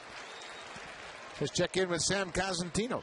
Buck, as we watch the improvement of Brandon Morrow, one thing to keep note of when we saw it in this game, a leadoff walk in an inning coming back to haunt Brandon Morrow. In the first inning, April 9th, the 5th on April 14th. And in the 6th inning on the 19th, once again in the 5th inning against Tampa Bay on the 25th of April, and here tonight in the 4th inning, a leadoff walk has come back to haunt Brandon Morrow in each of his starts so far this year. So that's something I'm sure Bruce Walton will want to pay attention to. Yeah, it's always a challenge to put yourself in that kind of hole when you issue that free pass to start the inning. Forces you right into the stretch. You don't have any momentum, and yeah, leadoff walks in. First batter's pitched to, that's important. First batter retired. First strikes of at-bats, first batters of innings. There's a strike, evens it at 1-1.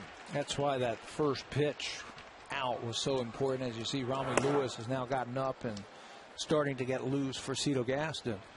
One pitch, one out. There's nothing like it when you're on defense. Well, Amaro's up over 100 pitches now, too, and that's why that quick out is huge.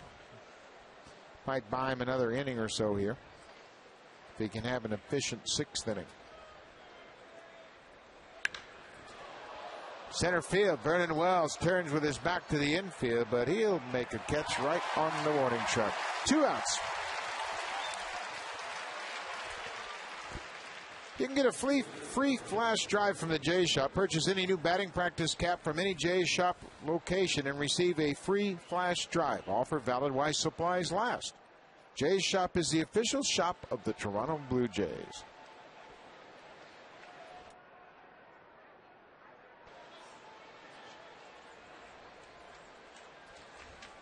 Two outs. Number 9 batter, Rajai Davis, has a hit and a strikeout tonight. Also, his leading 10th stolen base. I like what Morrow's doing here. He's reaching back and just trying to knock the bat out of his hand. 2 outs, 6th inning, go right after him. Number 9 hitter up there. There's a strike. Every starter would love to get to the 7th and beyond. And certainly every manager appreciates that. Shortens the bullpen's work.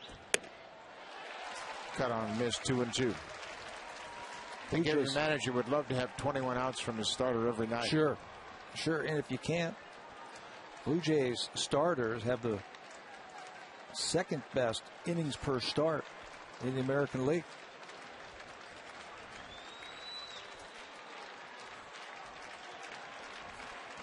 Blue Jays starters averaging 6 1/3 inning, which is the 2nd best in the AL. They also have the 2nd most Ks. On the ground, Gonzalez scoops, unloads in a hurry, and retires Davis. Brandon Morrow through 6 innings has 9 strikeouts. He's got a 5-run lead at 7-2.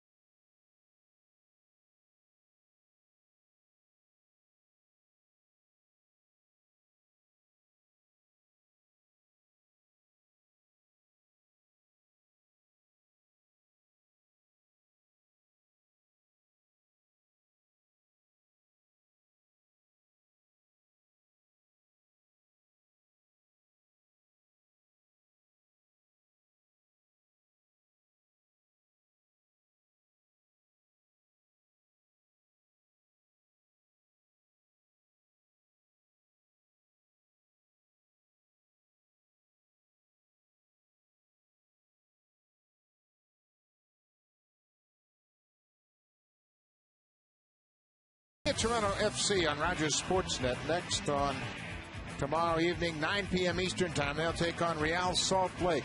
6 p.m. Pacific Time, Toronto FC building upon a 2-0 win over Seattle last time out. Tomorrow night, 9 p.m. Football action on Rogers Sportsnet.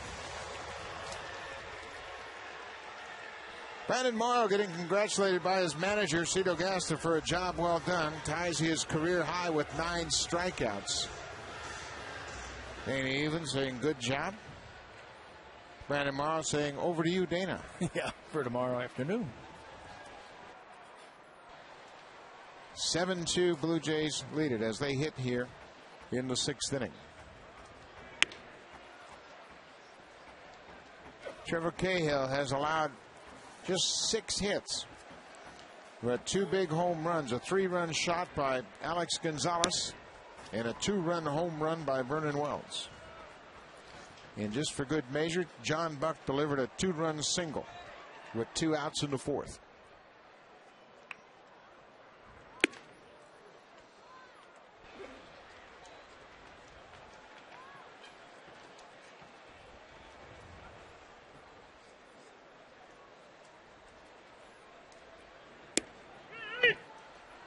All right. On the outside corner, 3 balls and a strike to the leadoff hitter here in the 6th.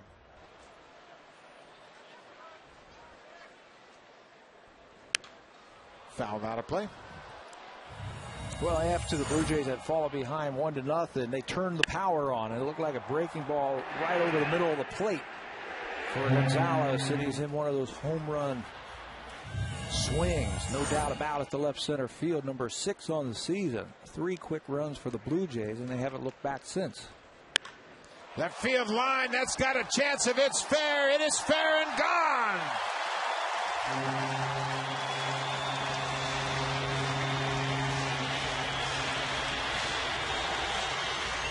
Alex Gonzalez, his 2nd home run of the night, number 7 on the season. It's 8-2 Blue Jays. A home run grew for sure.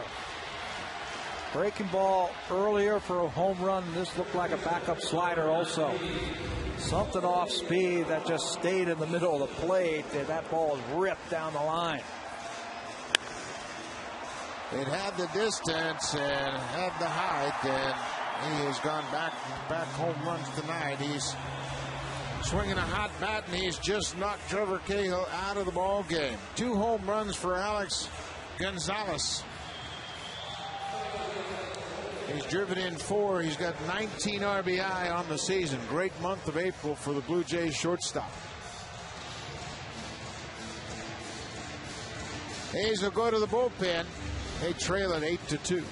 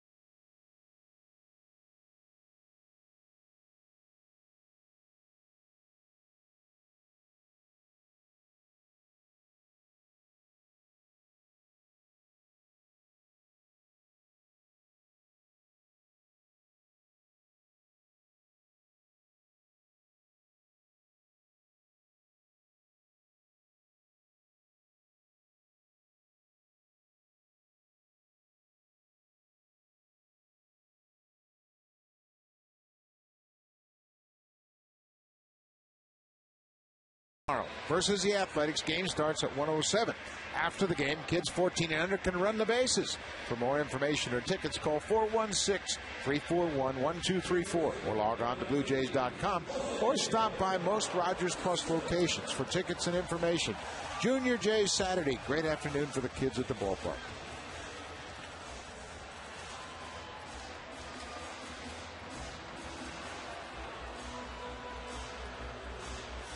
Chad Godin comes out of the bullpen to pick up where Cahill left off, his 9th appearance of the season. He was in spring training with the Yankees. Quickly signed with Oakland when they let him go. There are his numbers: 9 innings, 9 hits, 13 strikeouts. Those 13 strikeouts puts him 8th in the American League among relievers. The veteran used to pitch for the Blue Jays back in 2005. Sinking fastball on the ground up the third baseline. Going to be a tough play for Godin, and he makes it. He gets Bautista by a half a step. Good play by the pitcher. If he tries to glove that ball, I don't think he has time to get Bautista. You couldn't roll the ball out there any better than the swinging bump by Jose Bautista. But Godin has seen this before. He comes off the mound quickly, barehands it, and throws a strike to Barton for the out.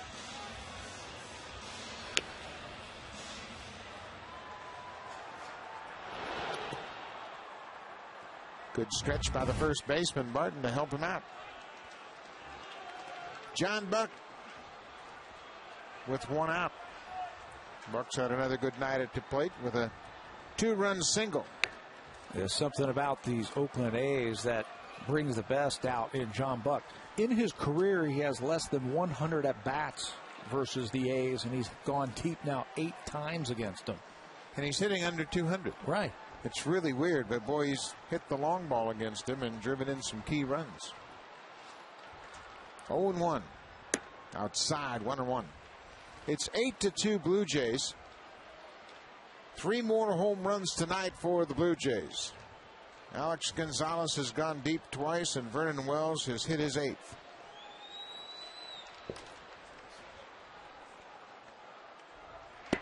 Breaking ball in. Gonzalez, it's his 2nd multi-home run game of the season. The first came back on April 11th in Baltimore.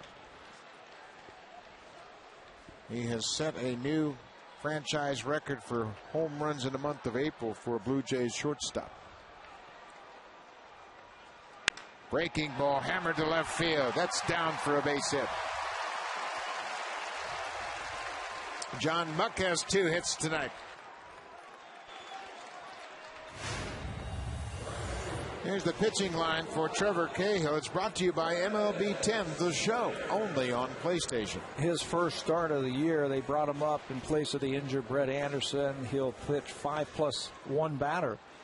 He charged with 7 hits and 6 earned runs. The long ball was his undoing here tonight. Well, he gave up 27 home runs a year ago, his rookie season with the Athletics. Travis Snyder drives one to left field, and that's going to get over Patterson's head and bounce off the wall. John Buck is headed for third. He's going to get stopped there. Travis Snyder goes opposite field for a double. We talked in the opening that Travis Snyder has so much natural talent and natural power. He just overpowers that pitch from Chad Godin, and he's got the left fielder Eric Patterson running around in circles. Watch him stay down on that ball and drive through it, and powers the ball over Patterson's head for extra bases.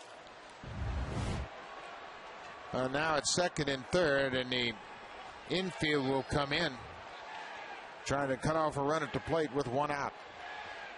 Fred Lewis takes the first pitch strike.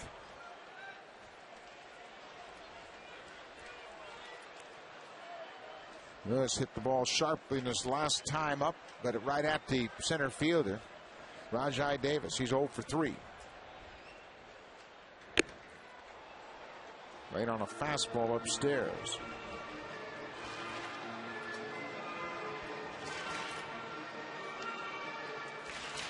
Nine hits now for the Blue Jays. 2 surrendered by Chad Godin.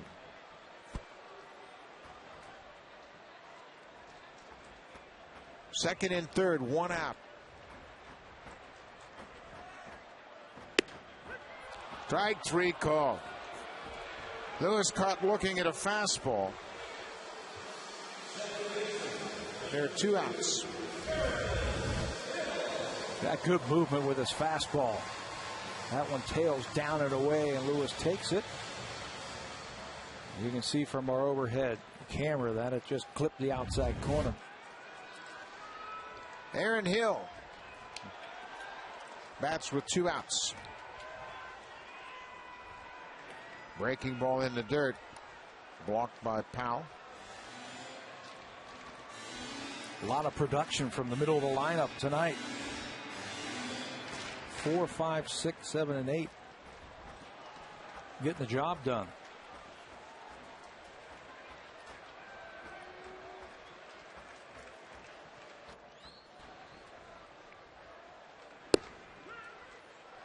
Right in on the inside corner, 1-1. Tell you what, if the bottom of the order starts to get on base on a regular basis, Aaron Hill is going to heat up. Yeah. Batting with runners in scoring position has a tendency to really make your focus very keen. Drive down the right field line. That's going to get down for a base hit. 2 runs come in to score. It'll bounce out of play. A ground rule double. But Aaron Hill delivers an opposite field double. Buck and Snyder score. What were you saying about taking your game to the next level with runners on base?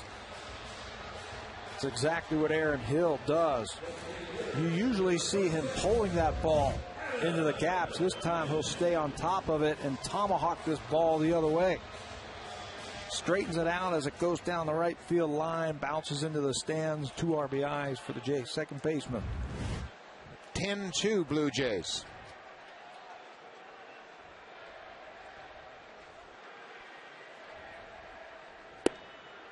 Adam Lynn takes a strike. Well, just think about the mindset of a hitter. When you're up there with nobody on, you're thinking about doing something dramatic. But when you have runners in scoring position, you know a base hit will get you 2 RBIs. Simplify the game just a little bit more. 0-1 to Lynn. And that's what Cito Gaston's been looking for. Consistency up and down the order. Get everybody to contribute. Then you don't have to lean on a particular part of the batting order. A ball and a strike to Adam Lynn. Aaron Hill at second. Left field, Patterson backing up, but he's going to have room and makes the catch, and Lynn's retired. Blue Jays score 3 more here in the 6th, and it's Alex Gonzalez for a second time tonight going deep. He's hit 2 and driven in 4.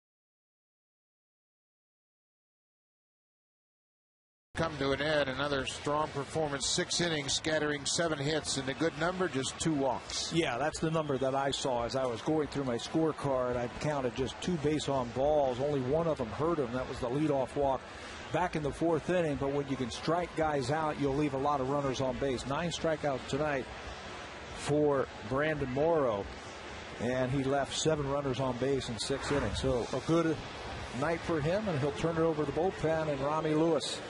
Rami Lewis making his 2nd major league appearance. Lewis came into the game here on Wednesday. Pitched the 9th inning. He gave up a 2-out base hit to Adrian Beltre, but then recorded his first major league strikeout, striking out Mike Lowell. Pretty good name to put in the books. Yeah. He got the ball. And we learned yesterday that he got the scorecard. Yeah, from that that's game. Pretty awesome. His mother and father are here. They saw his major league debut. Cliff Bennington, the leadoff batter, will bat right-handed for the first time tonight. He is 1 for 3. He was a Morrow strikeout victim in the 2nd. 7th inning. There's a strike, 1-1.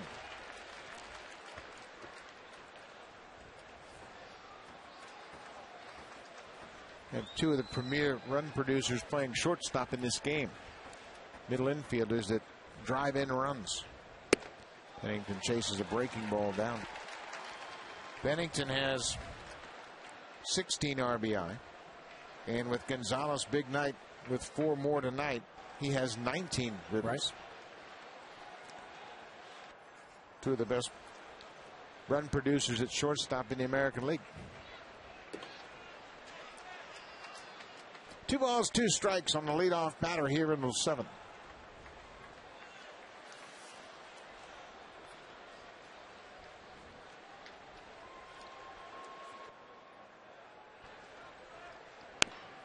Off-speed pitch pulled into the seats. Trying to think of some other shortstops in the American League with great numbers. Derek Jeter's always been up there. Jason Bartlett had a great year last year. Yeah, Bartlett's among the leaders too. He's very consistent, and he's a little different than Gonzalez in it. He hits in the leadoff spot like Pennington. Same for Jeter. Breaking ball wide of third base. Bautista gets in front of it and retires Cliff Pennington. Let's check in with Sam Cosentino. Buck, any one of these 3 terms can be used to describe the Blue Jays' rotation: youth, inexperience, or previous injury. And because of those factors, Cito Gaston and Bruce Walton want to limit their starters to a max of 110 pitches to try and get the most out of them and maximize their starts for this year. Brandon Morrow out tonight after 109. Sam, that's a great point, and we talked to Cito Gaston about just that this afternoon, and he said we want to keep him healthy. You know, you don't gain any experience on a disabled list. You got to keep them on the field. And, you know, people are always critical of the pitch count, but you got to remember who you're dealing with. I think you have to have some guidelines and some boundaries for some of these young players and these young pitchers. And nothing wrong with that. I think Brandon Morrow left the game on a very positive note. Doesn't make sense to send him back out there for 10, 12, 15 more pitches. No, it's a perfect time to take him out of the game, leave him on a real positive note. He had a 1-2-3 6th inning, and he walks off the mound with a world of confidence. A ball and 2 strikes now to Derek Barton, the first baseman.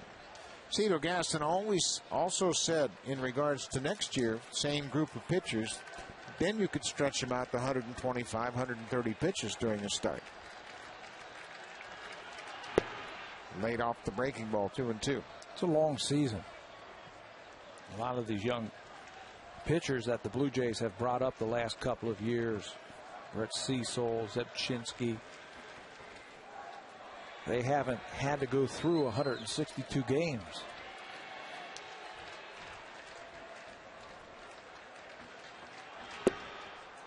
Ball 3. Obviously, there's no formula. There's no set pattern or rules to how many innings a pitcher can pitch. Everybody's different. Physically, they're different. Their deliveries are different. They have different stresses. Markham's coming back from Tommy John surgery, going to be sensitive to that. On the ground, Rami Lewis gloves it, flips to Overbay for the out. Too quick out to. That was a very timely play. The Blue Jays were out with all their pitchers about 4 o'clock taking pitchers fielding practice. A little PFP. Yeah, came into play right there. But you see Nick Levis said, see, that's what we worked on today, fellas. You guys think it's just eyewash, but it works. You got to buy into it also. You know, you can't go out there and do it halfway. You got to do it in game speed, and all the pitchers did that today. Yeah, and what Nick said, too, was the pitchers have known about it for 4 days. And it's not like if you had a bad game last night and then all of a sudden you take them out there on the field, they treat it as punishment. So it's been on the books for a while. Fisted towards the shortstop. Batista cuts in front of Gonzalez. Off balance throw in time. Rami Lewis with a 1-2-3 7th inning gets some help from his defense. 10-2 Jays.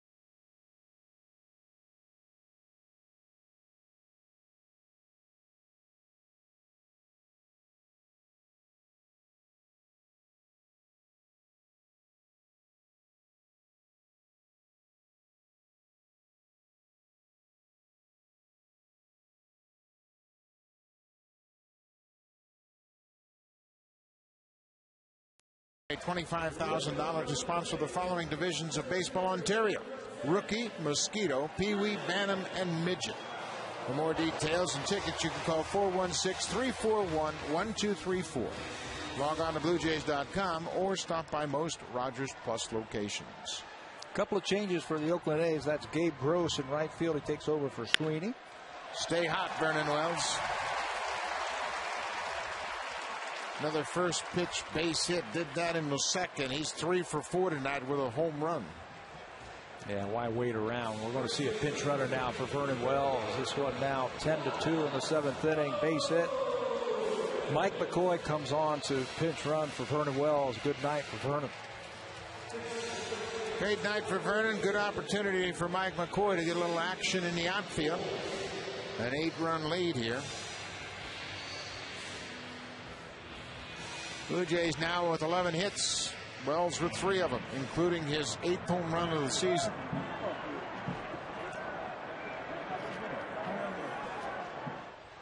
Lyle Overbay takes a pitch down and in.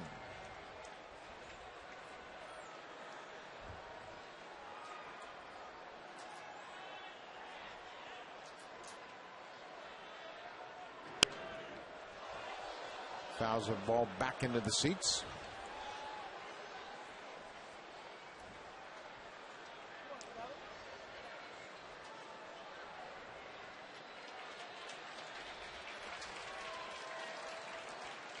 A ball and a strike on the Blue Jays' first baseman.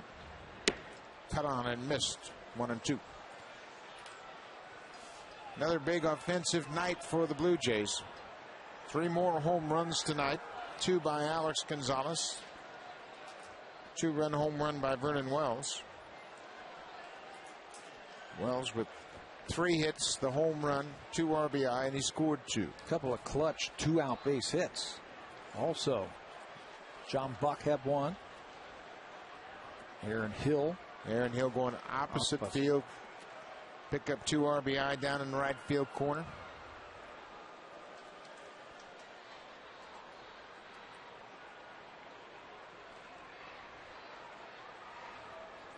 Two to Overbay. Cut on and missed. Godin with his second strikeout.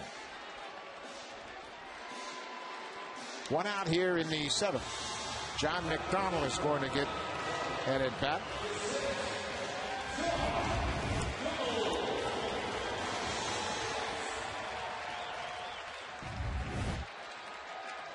John McDonald comes on as a pinch hitter for the third baseman, Jose Bautista. There's a strike. Cedar Gaston taking the opportunity to get his regulars off their feet with a day game tomorrow. Give them the last 3 innings off. Chance to get some work out of the bullpen for some of the pitchers also. Get some of the guys who are on the bench a swing. Jason Frazier is up now for the Jays. He'll come in the 8th inning.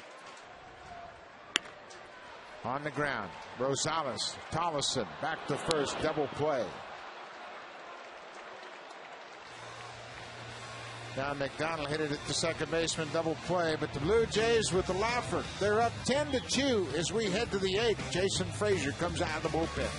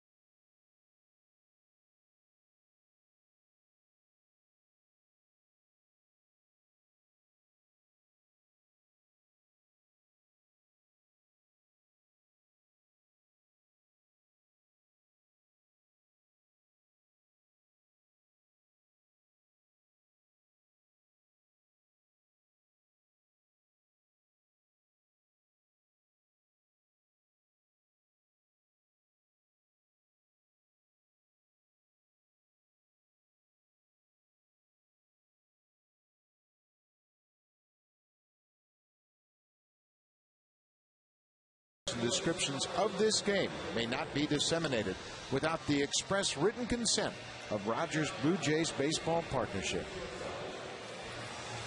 A couple of changes for the Blue Jays. Mike McCoy, who pinch ran for Vernon Wells, will go out into left field for the Blue Jays. Shifting over from left field into center field will be Fred Lewis. He'll take over for Vernon Wells in center. John McDonald, who pinch hit for Alex Gonzalez, stays in the ball game, and he's going to play shortstop. And the new pitcher for the Blue Jays, Jason Frazier, comes in. He is the third pitcher of the evening tonight for the Blue Jays. There's Jason. And there are his numbers. 11th game this season for him, 3 for 5 in save opportunities. And I had a chance to sit down and talk with him tonight as the first pitch is whacked into center field for Kevin Kuzmanoff. Jason feels like he needs to get his arm up just a little bit more and get a little bit more on his fastball. Felt like it was down just a little bit, and he was pushing the ball towards home plate. Get it up just a little bit more and create a downward plane with his arm. Yeah, man, that's very important for a guy that's not 6'4", 6'5", and you give away some of that advantage by dropping your hand. You're going to push the ball, and it's much easier for hitters to pick up on. It'll flatten out all your off-speed pitches, too. Comes off at first base for Eric Chavez, who takes a strike.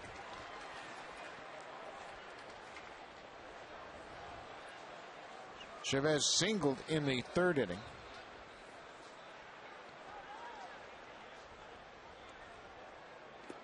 Ball in the dirt. Buck smothers it. We're in the eighth. Blue Jays have had a big offensive night. 10 runs on 11 hits, and they've hit 3 home runs. Brandon Morrow is the pitcher of record. Rami Lewis with a 1-2-3 7th inning, and now Jason Frazier on to work the 8th.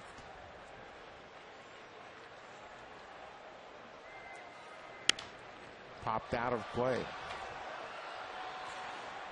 For Jason Frazier, this is his 353rd appearance as a Jay. That moves him past Jim Clancy. He's now 5th on the all-time games list for pitchers. Jim Clancy, one of the dominant starters in the early 80s for this ball club.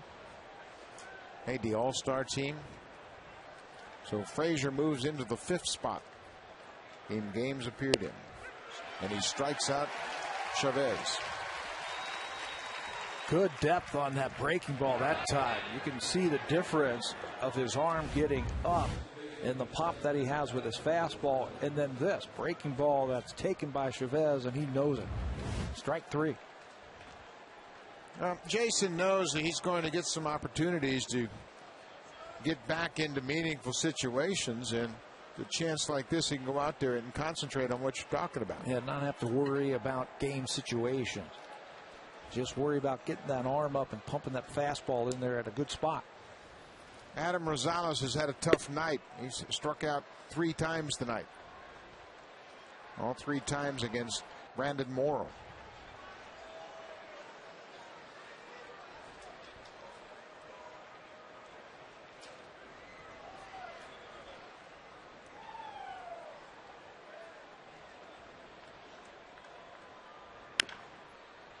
Outside of third.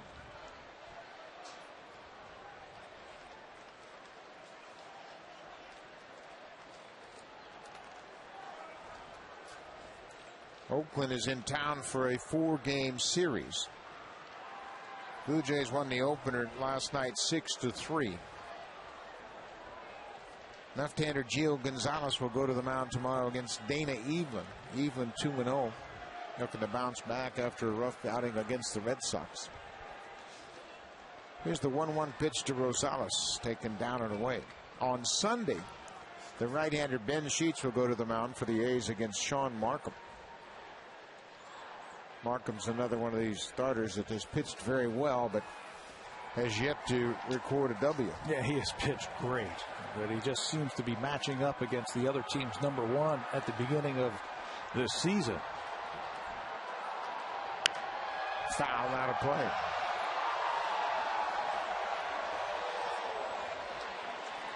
We mentioned Frazier moving up to 5th on the all-time games list for the Blue Jays. He passed Jim Clancy.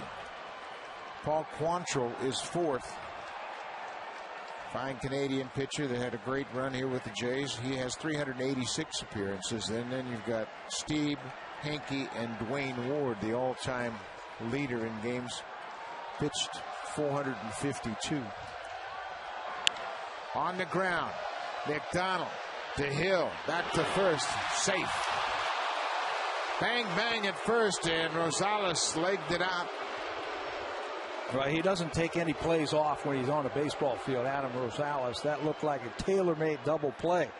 McDonald did a good job of redirecting that ball quickly to Aaron Hill right here, and a good strong throw, but Rosales comes down the line quickly. Tie goes to the runner, I guess. I thought they changed that rule. They had it when I was little. And Gonzalez is safe, and now Josh Donaldson, the young catcher that was just called up today, will pinch hit.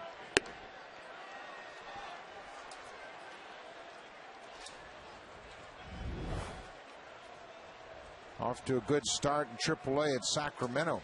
19 RBI already.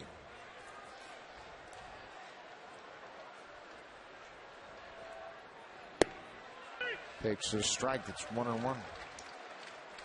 This is Donaldson's first major league at bat. He came to the Oakland A's in a deal with the Cubs that sent Rich Harden and Chad Godin to Chicago.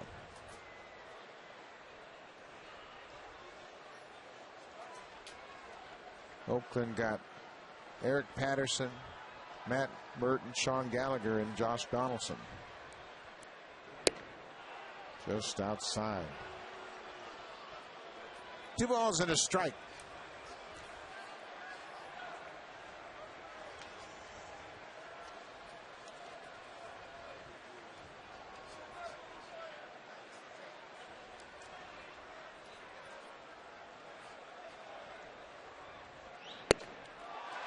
Two and two. There's a good fastball right there. Threw it right by him.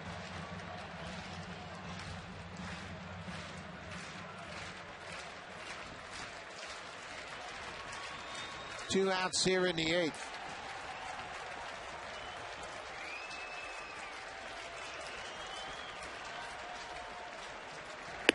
Struck him out. 2 strikeouts in the inning. Good inning for Jason Frazier. Josh Donaldson, his major league debut, and it's a strikeout.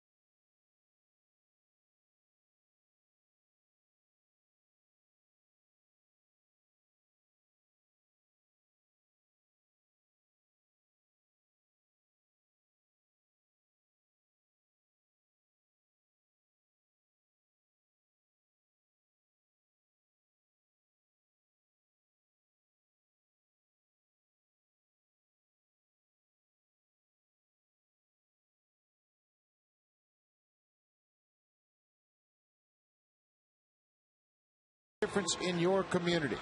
Visit BlueJays.com and nominate a community leader. Nomination deadline is May 14th. They could represent the Blue Jays at the 2010 All-Star Game in Anaheim. So log on to BlueJays.com and nominate someone that's making a difference in your community. Jake Fox comes on to play third base defensively for the Athletics, taking over for Kevin Kuzminoff. Fox is mainly a catcher. He's also DH'd in 6 games this year for the Oakland A's, so he will play third base. And Josh Donaldson, who was the pinch hitter last inning, stays behind the plate. Jose Bautista reached on an air and scored in the 4th. A ball and no strikes. Breaking ball outside. Chad Godin came on in the 6th inning after Alex Gonzalez had hit his 2nd home run of the night. That knocked Trevor Cahill out of the game. Fly ball toward right. Gabe Gross on the warning track makes the catch. Gross came in defensively in the 7th inning.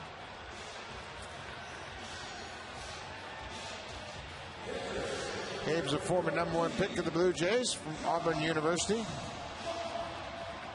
Former quarterback.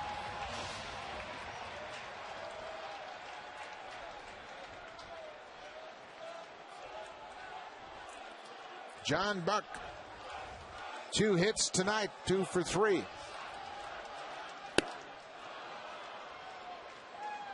And he's off the interstate.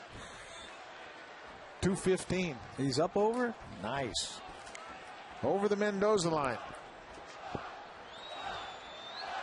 Keep it going. Big hit tonight. Came in the 4th. Had a 2-out, 2-run single to left. Yeah, Jays made the A's pay for the error by Kuzminoff at third base, and then the wild pitch. Buck came up with 2 outs and hit a ball in the left field to open this one up. It's amazing how a hitter can make a very small adjustment. And that small adjustment can give you some results, but more than anything, it gives you confidence. You get that good feeling. Yeah. You feel good, and that small adjustment for John Buck was get those hands moving a little bit quicker, get that front foot down, so you're not always in one of those emergency hacks. Fought it off. Stays alive. Well, this whole game is all about confidence. I don't care if you're a pitcher, you're a hitter, or even in the field. When you lose confidence, boy, you doubt everything you do. And you start trying different things, doing this, trying that, and the next thing you know, you're worse off.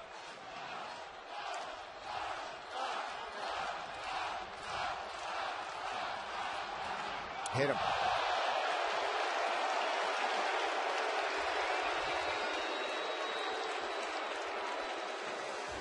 Obviously not intentional right there. He's just going to try and pitch him inside this whole at bat. Trying to squeeze him inside just a little bit. That one got away from him. So Buck's aboard with 1 out. Travis Snyder, the opposite field double over the head of Eric Patterson in his last at bat.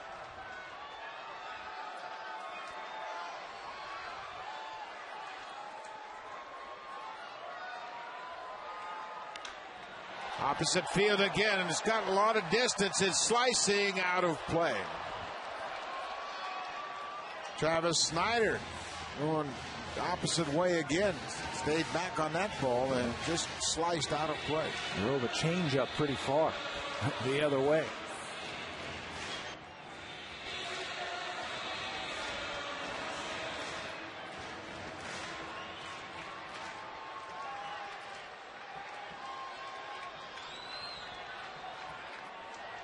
No balls and a strike to the Blue Jays right fielder. Inside, 1-1.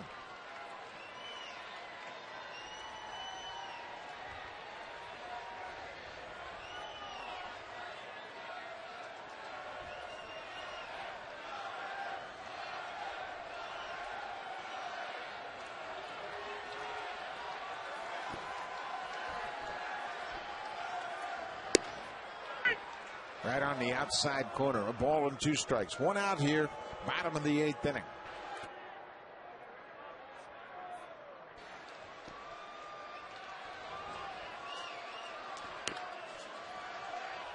Snyder pulls it foul. Josh Renicky loosening up. Probably come on to work tonight. Renicky along with Rami Lewis just called up on this homestand. They've both appeared in the game. Lewis his second tonight. 2-2 on Travis Snyder. John Buck at first base.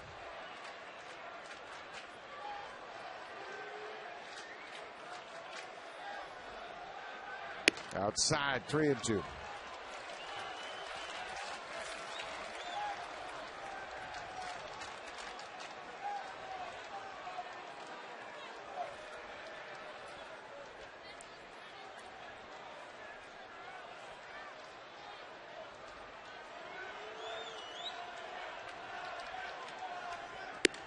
Breaking ball, he walked it.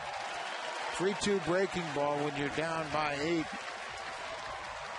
Puts Travis Snyder on kind of a curious pitch. 2 men on, 1 out here. Fred Lewis looking for his first hit of the night. Chad Godin working on his 3rd inning of relief, and it looks to me like he's running out of gas. Doesn't have a good pop on that fastball that we saw a couple of innings ago.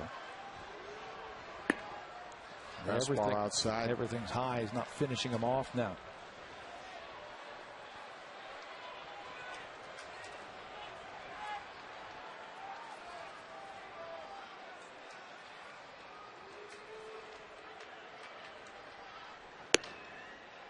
Ball 2. I think you're right on the money, and Oakland's just trying to get him to get through this inning so they don't have to crank anybody else up. There's still 2 games in this series, and now they're starting to stir down in the Oakland bullpen. 2 balls, no strikes. Swinging a line drive toward left field. Patterson will make the grab, and the runners will go back. Freddie Lewis hit it hard, but Patterson made the play. Yeah, he's hit the ball hard twice tonight. Fred Lewis doesn't have anything to show for it. They'll start falling in if you hit it hard. Gets rid of his batting glove, so there's no hits in those gloves. No hits in those gloves. We'll try some new ones tomorrow. But the one good thing for Fred Lewis, looks like the team's going to pick up a W. Yeah. 2 outs now for Aaron Hill. Drove in 2 with an opposite field double his last time up. Pitch away for a ball. Went right down the right field line, hit it into the corner. The ball took 1 hop and bounced out of play for a ground rule double. That scored John Buck and Travis Snyder. Breaking ball on the inside corner.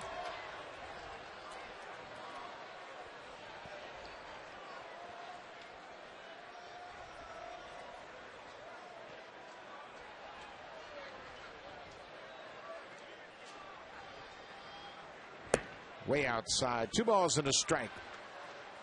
2 outs here in the 8th inning. Oakland jumped out to a 1-0 lead. But that was quickly erased by Alex Gonzalez's 3-run home run in the 2nd. Gonzalez would add a 2nd home run in the 6th. Just down. Aaron's starting to really see the ball well. Yeah. 3 walks in the game last night. Taking some good borderline pitches, and he's in a good spot to hit. Good position. Good time to hit here, 3-1. He walked him. Way outside. That'll load the bases. And I think he made a great call on Chad Godin. I think the tank is near empty. Yeah. They're stirring a little bit, and now he's got to face Adam Lind. Coming into this series, Lind has done a lot of damage with 2 outs. And Kurt Young, the pitching coach, is going to come out here just to try to help Godin regroup, see if he can't get the final out of this inning. Left-hander Craig Breslow begins to throw down in the bullpen. Breslow pitched an inning in the 3rd in last night's game. The A's had to use 4 relievers in the game last night as Dukeshire had to leave with the hip injury in the 4th inning.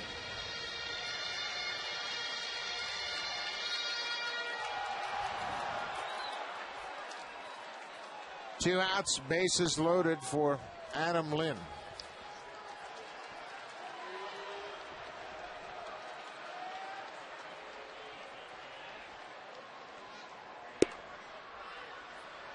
Fastball for a strike. It's always a good thing when you see your pitcher is struggling and he needs blow. Go out there and talk to him. Let him catch his breath. He's thrown 49 pitches tonight. Inside, that handcuffed Donaldson, and ball stays right at his feet. Josh Donaldson in the game as a pinch hitter is behind the plate. It's a bad feeling, isn't it? That's the when worst. You get crossed up. You expect something else, and that ball just eats you up. A ball and a strike now to Adam Lind. Bases are loaded, 2 outs here in the 8th. Swinging a fly ball to left field. Eric Patterson is there, and Godin gets out of it. But the Blue Jays lead it 10-2. Josh Renicky comes out for his second appearance of the season.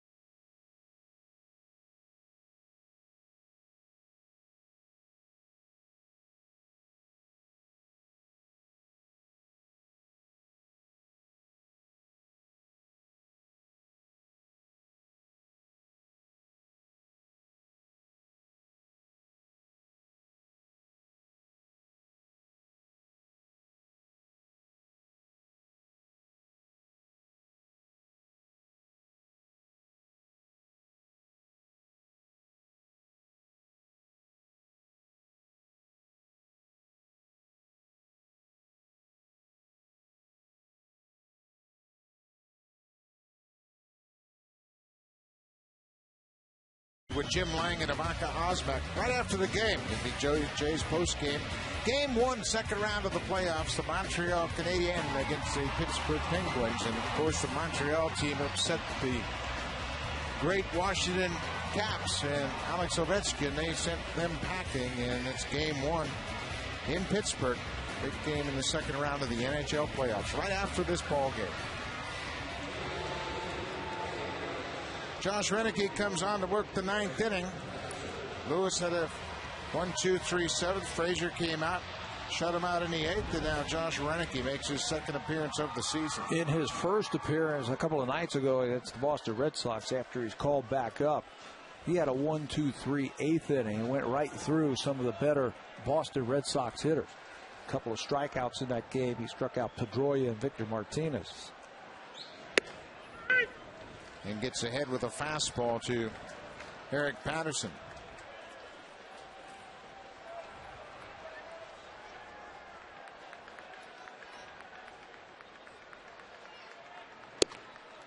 Just off the plate outside. Good velocity for Renicky. Hard breaking ball. Game over in the Scott Rowland trade last year, along with Edwin Encarnacion and Zach Stewart, the young pitcher that's in Double-A. There's a breaking ball for a strike. Hey, anytime you can get a pitcher who's tall and who's built like a Josh Renicky and who throws that hard, you've got to take a chance on those kind of players. Physical athletes. Good movement down. Yeah, if you're a good enough athlete, you can be taught certain things. Yeah, he was a quarterback in high school up in Northern California. Then he went and played wide receiver at UCLA, played center field and pitched. On the ground. Aaron Hill takes the big hop. 1 out.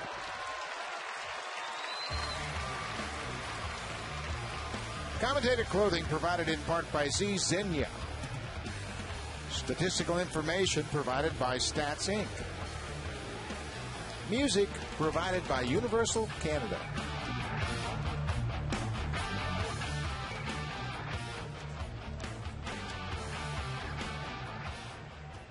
One out here in the 9th.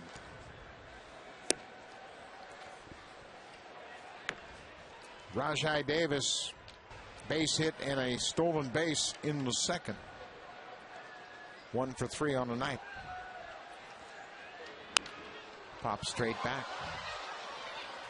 You know, when you talk about Renicky, and I think you make a great point, I think the Blue Jays are in the mind now that they want to get athletes. The best athletes available in the draft, the best athletes in trades. Bring in athletes into your system. You get big, strong guys, and, you know, things will work out. You can refine them. You can smooth them out. Look out. Breaking ball got away from him. Well, if you have athletes, you can teach them to do different things, and they can help your ball clubs in different ways. You start drafting players that are one-dimensional.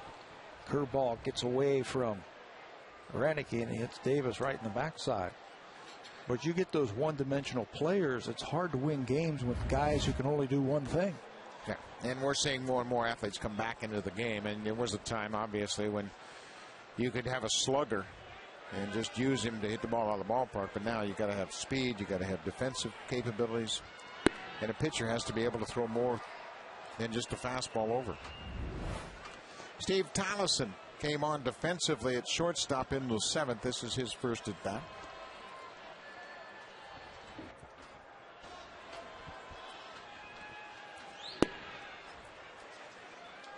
All of a sudden, Renicky having trouble finding the strike zone.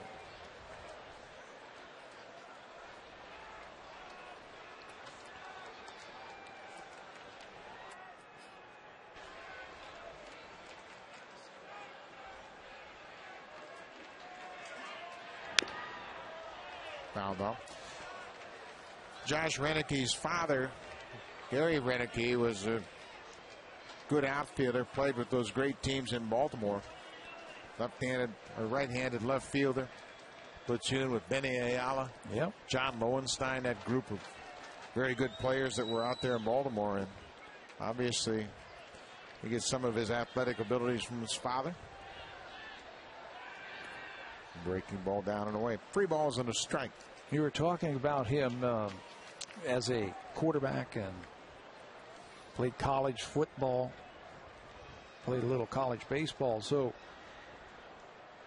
he's got one of those virgin arms, not really blown out a lot from guys that you've seen, meaning that there hasn't been a lot of wear and tear on that arm. Tollison with a base hit to left field. Davis will stop at second. Steve Tollison picks up the base hit, and you're going to have to throw that ball out. He is the son of Wayne Tollison. We played against him. That is his first big league hit, so congratulations to Steve Tollison. Yeah, Wayne Tollison had a nice major league career, played with the Yankees. Put that ball Texas away for a souvenir. Coco Crisp on a disabled list with a broken pinky. Here's that first major league hit for Steve Tollison. And it's a legit base hit. Lean you to left field. You always remember the first one.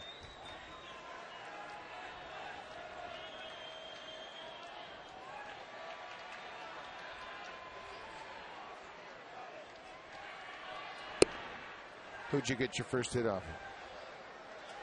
That was with the San Francisco Giants. It was against the San Francisco Giants. Tom Griffin. Tom Griffin. Remember Tom Griffin? Pitched for Houston, yeah. Big power pitcher with the Astros. Came through the Astros system. The reason I say legitimate hit, a line drive to left field, I had an infield single. Didn't feel like one. Foul back, 1-1. Do you remember yours? Yes, I do. It wasn't that long ago. Come on. Okay, do you remember who it was, I guess? John Blue Moon Odom, Oakland A's. What year? 1969. Yeah, it was a long time ago. Don't. I knew you were going there. 1969, base hit up the middle. 1-1. Strike 2. Got to second base, and Dick Green came over and said, "Kid, keep hitting them right up the middle. There's a lot of hits there." Oh, good advice. Yeah. A ball and 2 strikes to Derek Barton. 2 men on, 1 out. Inside, 2-2. Oakland's had plenty of base runners tonight. They had 7 hits early in the ball game. off of Brandon Morrow. He walked a couple. But tonight they're just 1 for 8 in run scoring situations. 1 for 8 with runners in scoring position. On the ground, Overbay goes to second. They'll only get 1. They get the force out at second. No chance for the relay, but now there are 2 outs, runners at the corners. Heads up play right there by John McDonald. No chance to be a hero and throw that ball away. Just hold on to the ball. Keep the inning at 2 outs and runners on the corners. Gabe Gross will hit for the first time. Gross came on defensively in right field for Ryan Sweeney back in 07.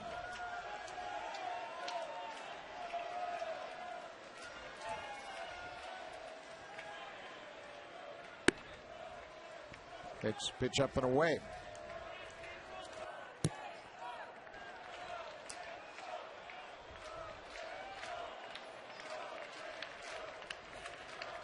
First round pick of the Blue Jays in 2001. 15th selection overall.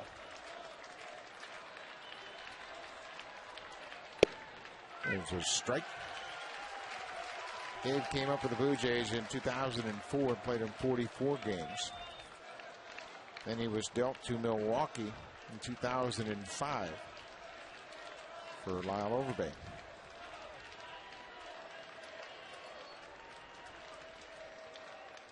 One to Gabe Gross. Back to the pitcher. Renicky has plenty of time, and the Blue Jays have won.